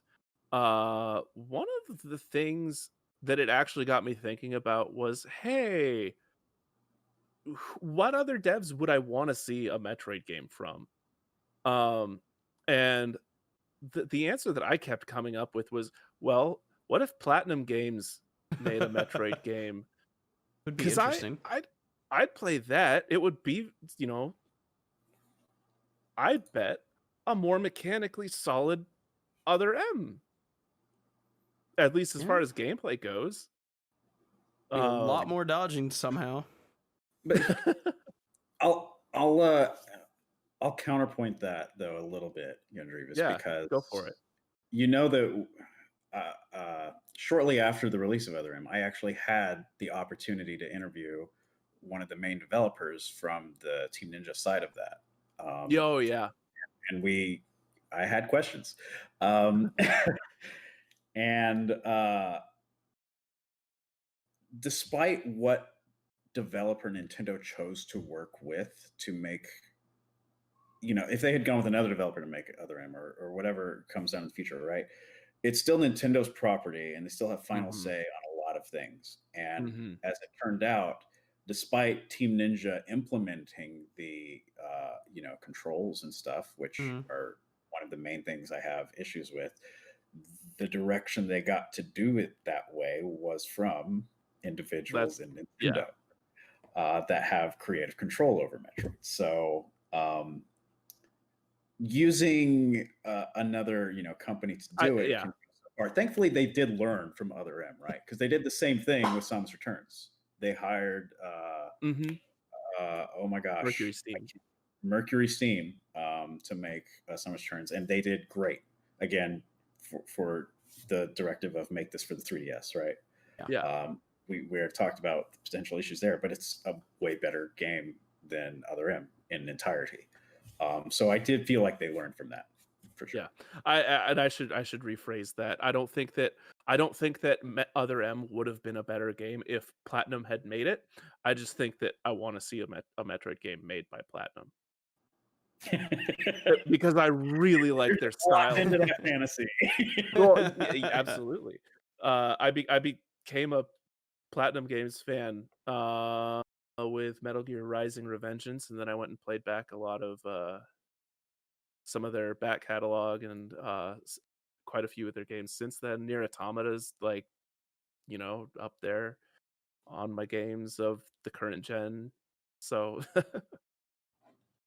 yes, I want to see one of my new favorite action developers take over my favorite franchise, or not take over, but have the get to play with my favorite franchise, especially since they seem to be on good terms with Nintendo right about now for the last while. Yes, that was Team Ninja. Oh, not anymore. I mean, I don't know. You look at their history. Team Ninja's on good terms with anyone who will pay them. So am I. Fun fact. The other thing I'll mention, not super related to gameplay or anything, but there were a number of individuals who worked on this project. It was the first Metroid game to essentially be fully voice acted, especially where Samus is concerned, right? Just through the positions that Gendreavus and I have been in the general Metroid community, we've met individuals that have worked on the game that we would never have met or interacted with at all had that game not existed or come out. And so just from a kind of community perspective, that's why I would say Other M didn't tarnish Metroid at all, because there was a lot of good that came out of that. Interesting. Anything else about Other M before we move to our final game for the night? Optional. Yeah, optional. Yeah, I want to say recommended, but only if you can hack the piss out of the motion controls. So without that, I would say optional. I wouldn't give it the no, but I would say optional. Yeah. So, by the way, Hmm? Pinball recommended, Hunters optional, Federation Force barely optional. ooh, I would mimic that, except I would put Federation Forces. No. ooh, It's on the border for me, but Yeah. again, it's like Metroid 2, where there's like stuff at the end that I'm sure will be a factor going forward. And I'm sure that when it actually becomes a factor, they'll recap it just as If they good do, as Super if they do, Metroid then I'll was. revise. But Yeah. you know. So would you both I say cannot that? imagine. I cannot imagine a world where a new mainline Nintendo game comes out that says, "What do you mean you didn't play our little spin-off co-op shooter? What do you mean you didn't pay attention after the credits? I've What's wrong recently with come to you?" learn that Reggie.gif. I've recently come to learn that Kingdom Hearts is kind of like that as a whole Yeah. series. Yep. And I'm so sorry, all of you who like Kingdom Hearts. Yep, that'd be me. I like some Kingdom Hearts, and oof. Now I have to ask, just since you gave the ratings for it, would you both say that Federation Force is your least favorite Metroid game? No. Ooh, one yes and one no. Okay, so what would you say it is, Elias? For me, to play, you mean? Uh, Just in general. either or. My least favorite Metroid game is Metroid 2, the original. Interesting. And you dislike that more than Federation Force? I can sit and play and finish Federation Force, as I'm about to demonstrate in the next few days. Yeah. I have a much harder time doing that with Metroid 2. I literally have to be forced to play through that game. That's fair though, because I mean it is very old. Now the remake of 2 you do like quite a lot, so. Oh yeah, the remake's fantastic. Yeah. Cool. So but and there's some stuff about it being an old game there for sure, but yeah, harder to play. And I'll actually say that my appreciation for Metroid 2 increased since playing the remake. I mean, sure, my appreciation did as well, but my point remains. Okay, so Fusion. I know we're almost at 3.5 hours. I know, just like with Halo, we went over because we kept talking about stuff, which is fun. We got stuff to talk about. Yeah. I could talk about Fusion for 3.5 more. Well, when it comes to Metroid Fusion, something that you mentioned earlier that I'll start with is it is very linear, possibly even the most linear Metroid game. I would say the most linear, yeah. And that's kind of odd in a game based around exploration. There is still exploration to be done, but in my opinion, to a less degree, because it's more like instead of visiting hub areas, you visit tiny sections, and you're told in which order you're allowed to do them. And yeah, I'll revise that by saying it's not the most linear in map design. That's still Metroid 2, but in terms of the actual gameplay, it's right. Yeah. Now I know that some people dislike Fusion, some people really like Fusion. I really enjoy Fusion, with a big asterisk. I think that Metroid Fusion is in my top 5. Out motion controls. Ha ha. No, I think that the Metroid Fusion's in my top 5, but it is one of my least favorite Metroids to 100%. Some of those. Yeah, I heavily dislike 100%ing Fusion. It kind of ruins the game for me. I can see that. Yeah. Now, I will say that one of the things I think that Fusion did bad is the last 30% of the game. Well, from what point? From the point you drop down the little hole to fight in Nightmare is where the game falls apart for me, and it picks itself back up when you, I would say like the last 30 minutes of the game.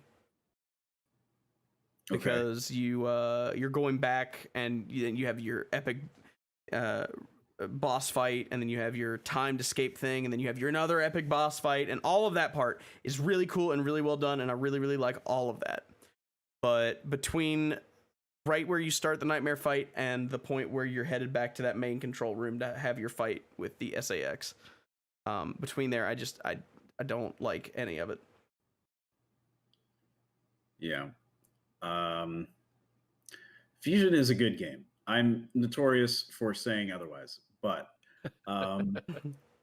in the grand scheme of things, right, it's great. The linearity of it all is my main and primary gripe with the game. If a Metroid game can't be randomized, what are you even doing? But like, it nails so many things. Like, it iterated on Super Metroid's physics, right? Despite the fact that you can't single wall jump anymore. Thanks for that. Or can you infinite bomb jump in Fusion? I don't think you can, right? They took away both of those things. Yeah. So they got rid of the sequence breaky stuff, which I also don't like. But like, the graphics for being on Game Boy Advance, it looks, all the different environments look great. The sound design, the number one point you'll probably hear from most people talking about Fusion is just the atmosphere of the entire game. Agree. Which is something you should strive to get right in any Metroid game. But Fusion's is unique because you start off in that game weaker than you start off in most Metroid games, and you're essentially fighting yourself in a way that I think Prime 2 and 3 tried to emulate, where you're up against most of the game indirectly your final form. Yeah. And even when you're at your final form, you're a little weaker than they are. Yeah. And so anytime you encounter that uber powerful self, you just freeze up because you don't want to you got hit by the ice beam and you can't move anymore. Yep. Then you die. If you slip up, it pays off as to why you were scared. Terrifying. And like the total silence and then the echoing footsteps with the radius of light coming toward you. It's so good. And because the SAX is wielding the ice beam, right? The sound they chose for the ice beam shooting is just this piercing thing that cuts the music completely, and you're just like,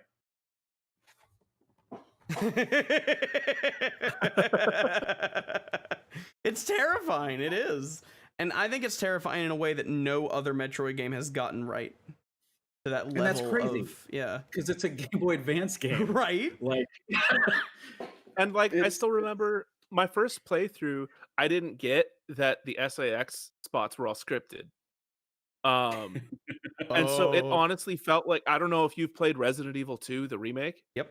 Or probably the original. Both. But like Mr. X stalking you around the Raccoon City Police Department. That's what I thought. That's what I thought the SAX was when I first played it. Except SAX is actually threatening. Yeah, you can't wait for the SAX to throw a haymaker and juke to the side. Yeah, and so it's like the only thing that I would have wished that Fusion would do in that department would be like every now and then you just hear that clomp clonk clonk clonk noise, like oh she's in the next room, and then you sort of just panic. Panic by laying a power bomb, which just reveals yourself to it. No, we mentioned earlier that this is that my brother played Fusion for the first time at last year's marathon. It took him 14 hours to get through. I appreciated that because it meant that I could sleep. But he was a little ragged by the end of all that, and so was, I think it seemed like, everyone who had to sit with him. Well, he also had to play through Fusion nonstop, which Yeah. I didn't do when I was first playing Fusion for sure. Sure. Yeah. That too. So he definitely got the full experience there. Mm-hmm. One of the things I found really interesting about Fusion was the ice missiles in particular, because you can't have the ice beam, so they just slap it on your missiles. I thought that that was an interesting way to tie your arsenal into the story, so to speak. I know it's a very minor thing, but I thought it was pretty interesting. Well, and it ended up being interesting mechanically too, because Metroid Prime 3 ended up using that idea. Because they, due to just, implementing the way they implemented motion controls, decided to do beam stacking. And I guess they didn't want to mess with that having freezing capability. And so they gave that to missiles instead. Well, you can't give your melty gun freeze properties. That wouldn't make sense. Let me tell you about Zero Mission and Super Metroid. But anyway, different types of plasma and prime in the other ones. But yeah, they're like the diffusion missiles too. Towards the end, there is something that was super interesting, and I don't think we've seen since. I feel like there was Other M kind of did that. It had Other M had the diffusion charge beam. Diffusion shot, That's right. yeah. Which is something I didn't mind seeing make a return.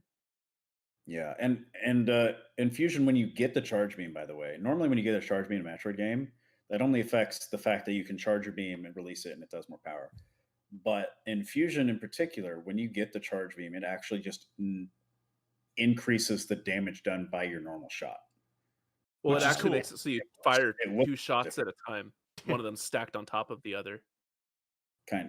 And so you can actually hit things with just the bottom half of your regular shot, and it'll do 1 damage, or the entire shot, and it would do 2. Yeah, it's just really interesting way to implement new things.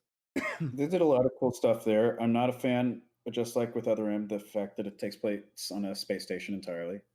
The fact that they just said, okay, even though you didn't interact with SR388 at all in this game, you blew it up at the end, so congrats. And the main issue, really, that I and countless other Metroid fans have, not necessarily with the game itself, but the fact that this is the last one to have occurred in the current timeline. And we just have been waiting for what happens after Fusion for 18 years. We have been waiting.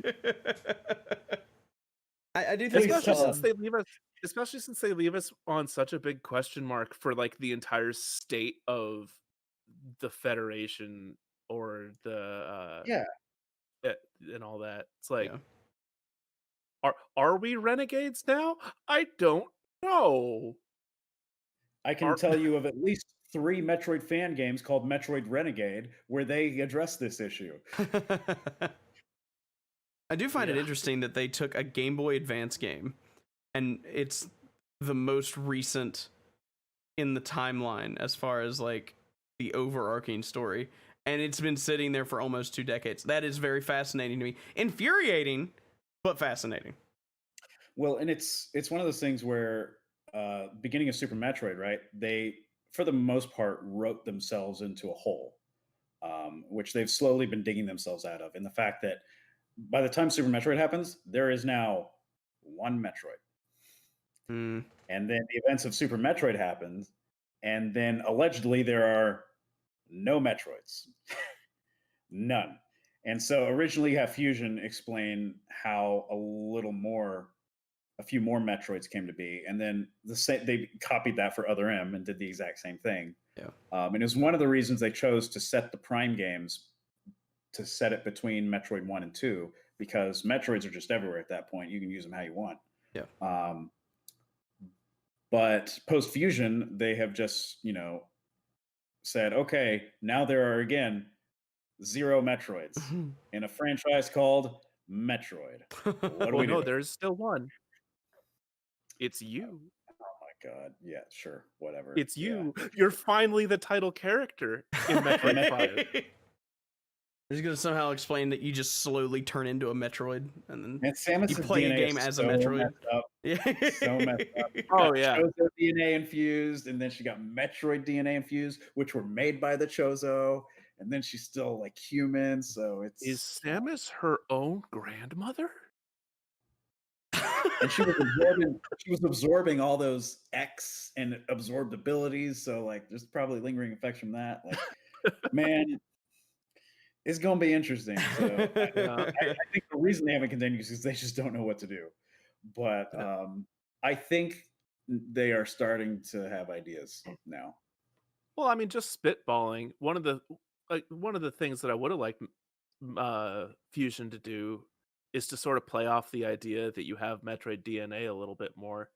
Like actually give you some energy siphoning abilities or something like that. That was, in fact, one of the premises of my Metroid fan game that was set to be a Fusion. There you go. Coming out to Windows Vista in 2005. Yeah, you still working on that? I'll write for you. Totally. I'll show you. I'll show you my my DeviantArt profile where you can figure out. Now You can decide if you're good enough. Yeah, there you go. So you can't really talk about Fusion without talking about some of the bosses. I will say notably Nightmare and Ridley. Nightmare because he's terrifying. Like, what the fuck were they thinking? Nightmare was more terrifying before I fought him.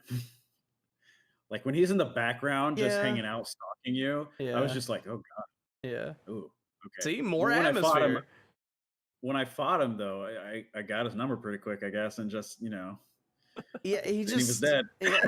I just having a boss whose face melts is really terrifying. He was more annoying for me in Other M. Yeah, well, yeah, he's something in Other M, that's for sure.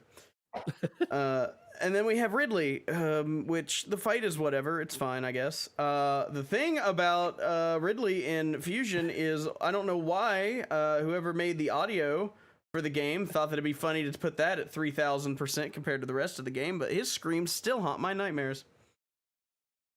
I don't know why they did it, but they did. And then ow. Yeah, it's a bit of a meme. Yep. What if the real Nightmare was the Ridley we fought along the way?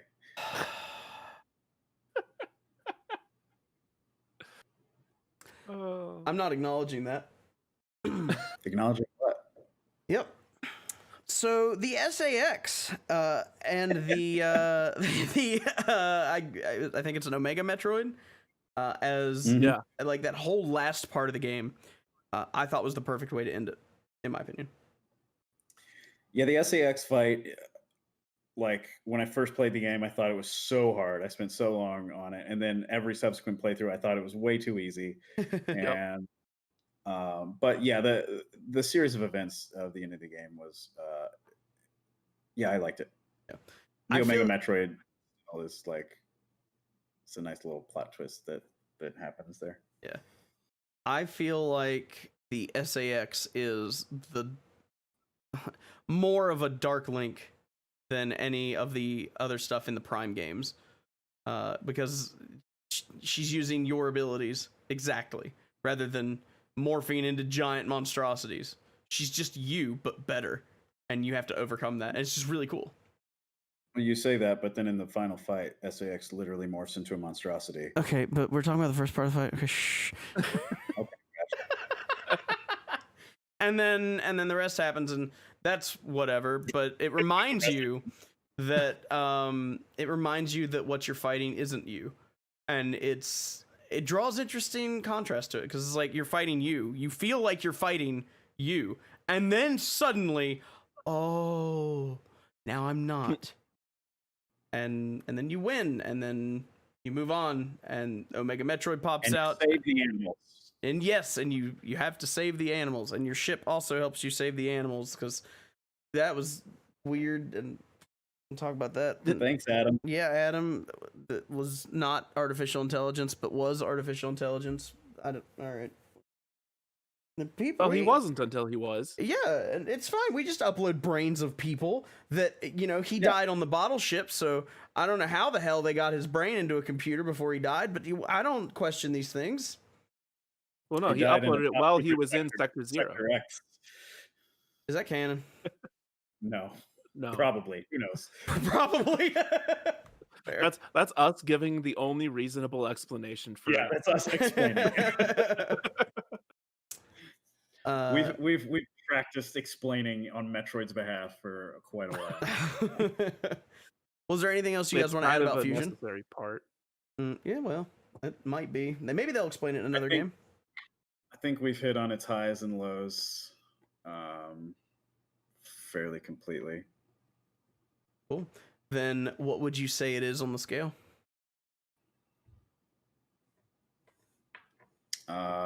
Recommended. Well, I don't know though. I might bump. It's on the border between essential and recommended because it is like the end of the story. Yeah. Currently, I will say the same for me, but I lean toward essential, so I'm going to give it essential, but only barely. I don't know. What are you thinking, Gendreavus? I'm thinking recommended. I'm gonna say essential because I'm a sucker for a story, but only barely. I'm guessing it's not terrible to play. Yeah, I thought it was fun. For a guy with such a reputation going against Fusion, I'm surprised that I voted it lower than you. Don't tell anyone. No, it won't get clipped or sent to anybody. Yeah, this won't get uploaded in 2 days. No, it's not going on YouTube or Spotify or any of those places. No, not at all. It makes me glad that you don't have your act together, Jacob. Excuse me? How dare you? Episode 1 went up already, and it's just because I was waiting for art assets to be done. This will go up on time. You just said it's not going to be uploaded to all those places. I was lying to make you feel better. Unfortunate. It's absolutely going to those places. But yeah, anything overall to Metroid that you guys want to add? I think most, if not all of the negatives we've talked about are nitpicks. Yeah. To an overall series that we say is essential as in total. Yeah. So we have our favorites out of those, but I don't know.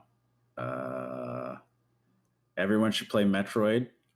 If you don't like 2D side scrollers, start with Prime. If you do, start with Zero Mission.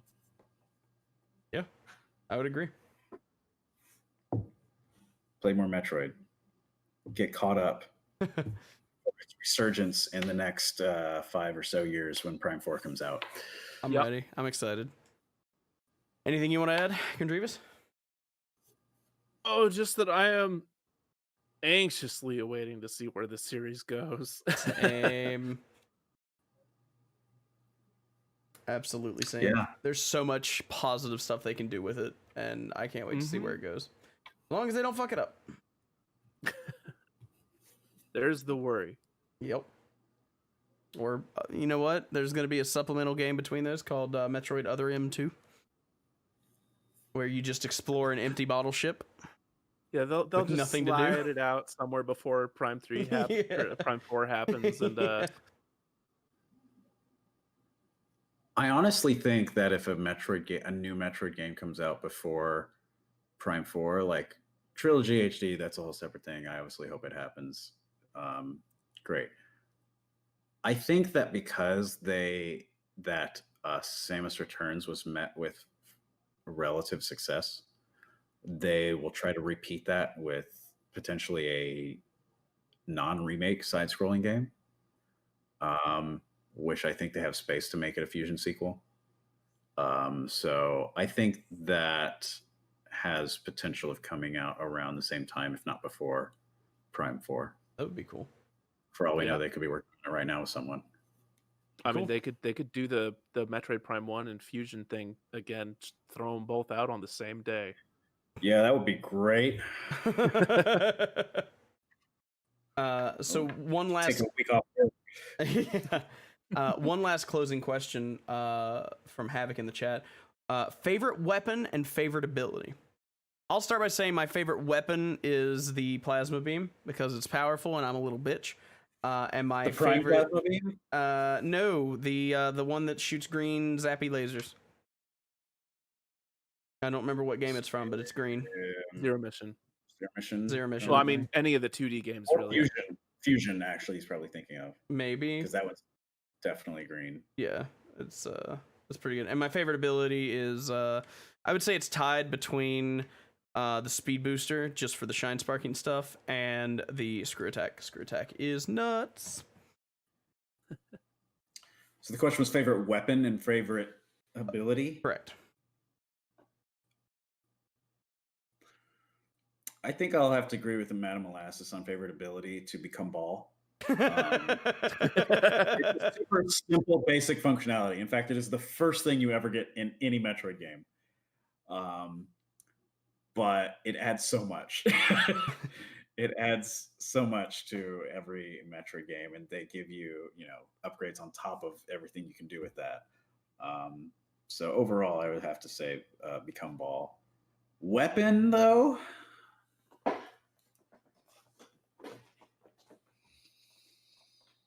So many options. Super missiles are good. Power bombs are good.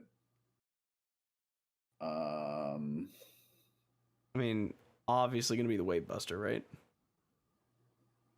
You know what? Oh. You're absolutely right. It's not the Wave Buster. It's the flamethrower. The flamethrower. Oh, ew, gross. Flamethrower and Morph Ball. What about you, Gendreavus? Well, see, if you weren't going to pick that one, I was going to have to. So I'm glad you cut it out of the way. There were just a bunch of weapons like cycling through my head, like in the Matrix, where I was just like, "Oh my gosh, there's so much." Yeah, what do I choose? What do I choose? This one, the one with 20-foot range that eats my missiles alive. That one. That's the one. No, for ability, I have to. I feel validated. For ability, Jacob, I have to go with you. Speed Booster is my favorite. I love all the different things that you can do with it. Once Shine Sparking becomes involved, mm-hmm. And then Ball Sparking, and then zipping off to the corner of a room and hitting a slope in just the right angle that lets you collect the super missile tank before you're supposed to, and then getting back to where you're supposed to be. All that stuff. It's real good. Yeah. It's also so satisfying. Yeah. Like the sounds and the visuals behind that they always pair with it. It's just like better go fast than Sonic has done in a long time. Yep. But favorite weapon,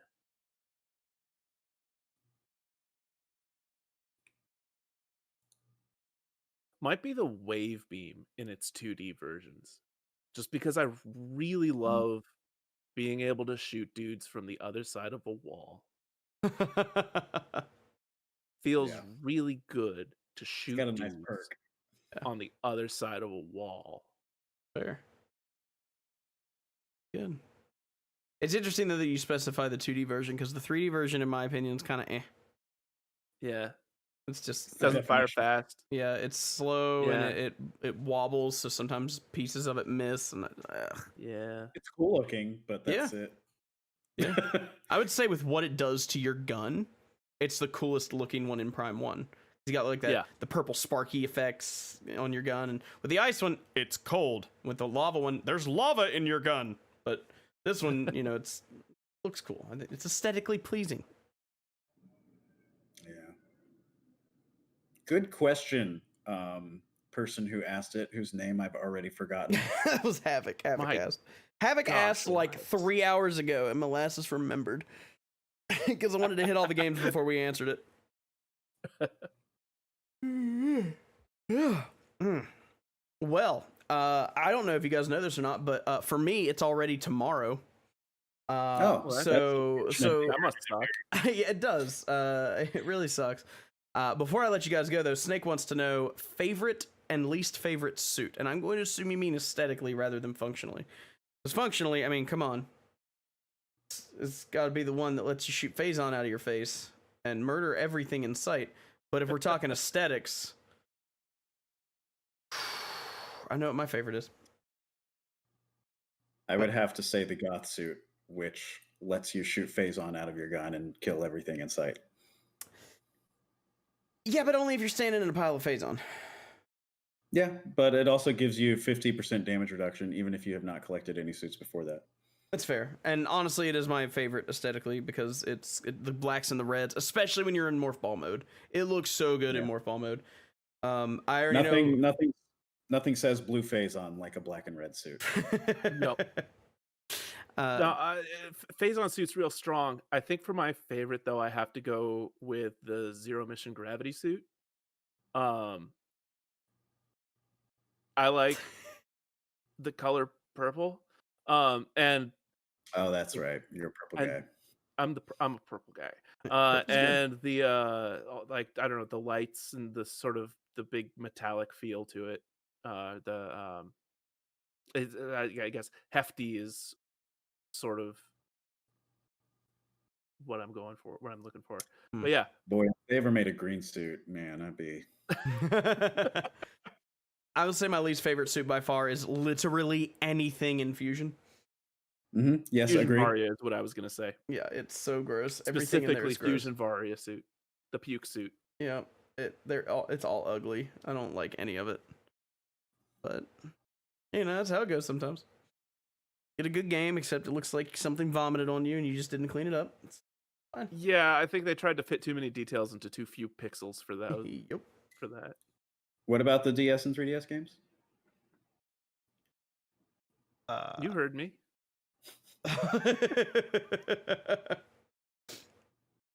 So, anything else you guys want to add?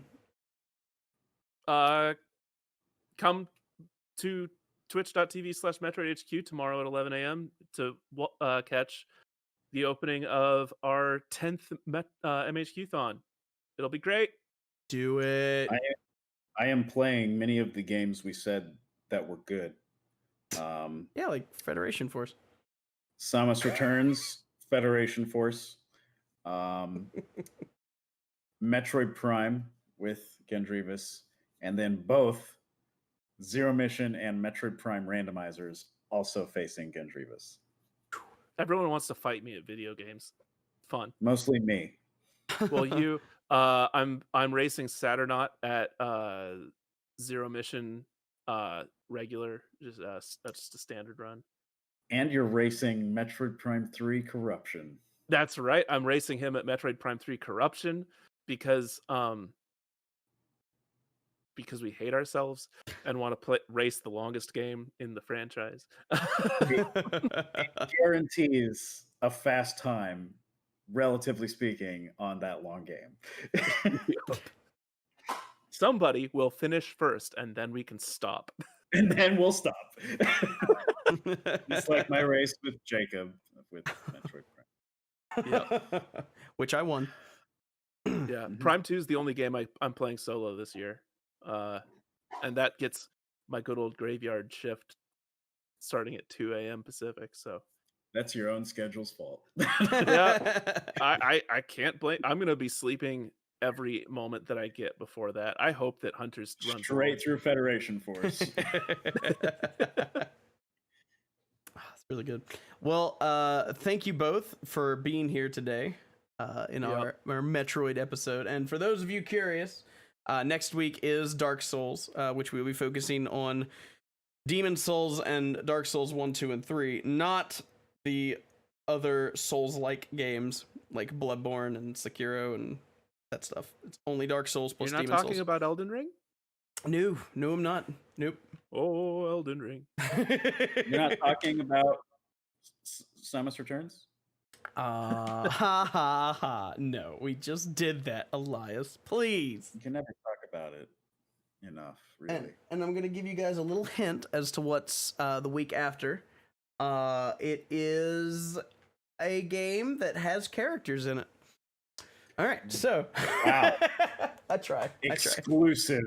Yeah, I try. Oh, it's about time you got around to Elder Scrolls. No.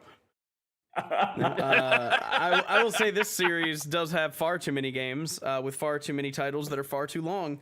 And that's all I'm going to say about that for now. It's about time you got to Elder Scrolls.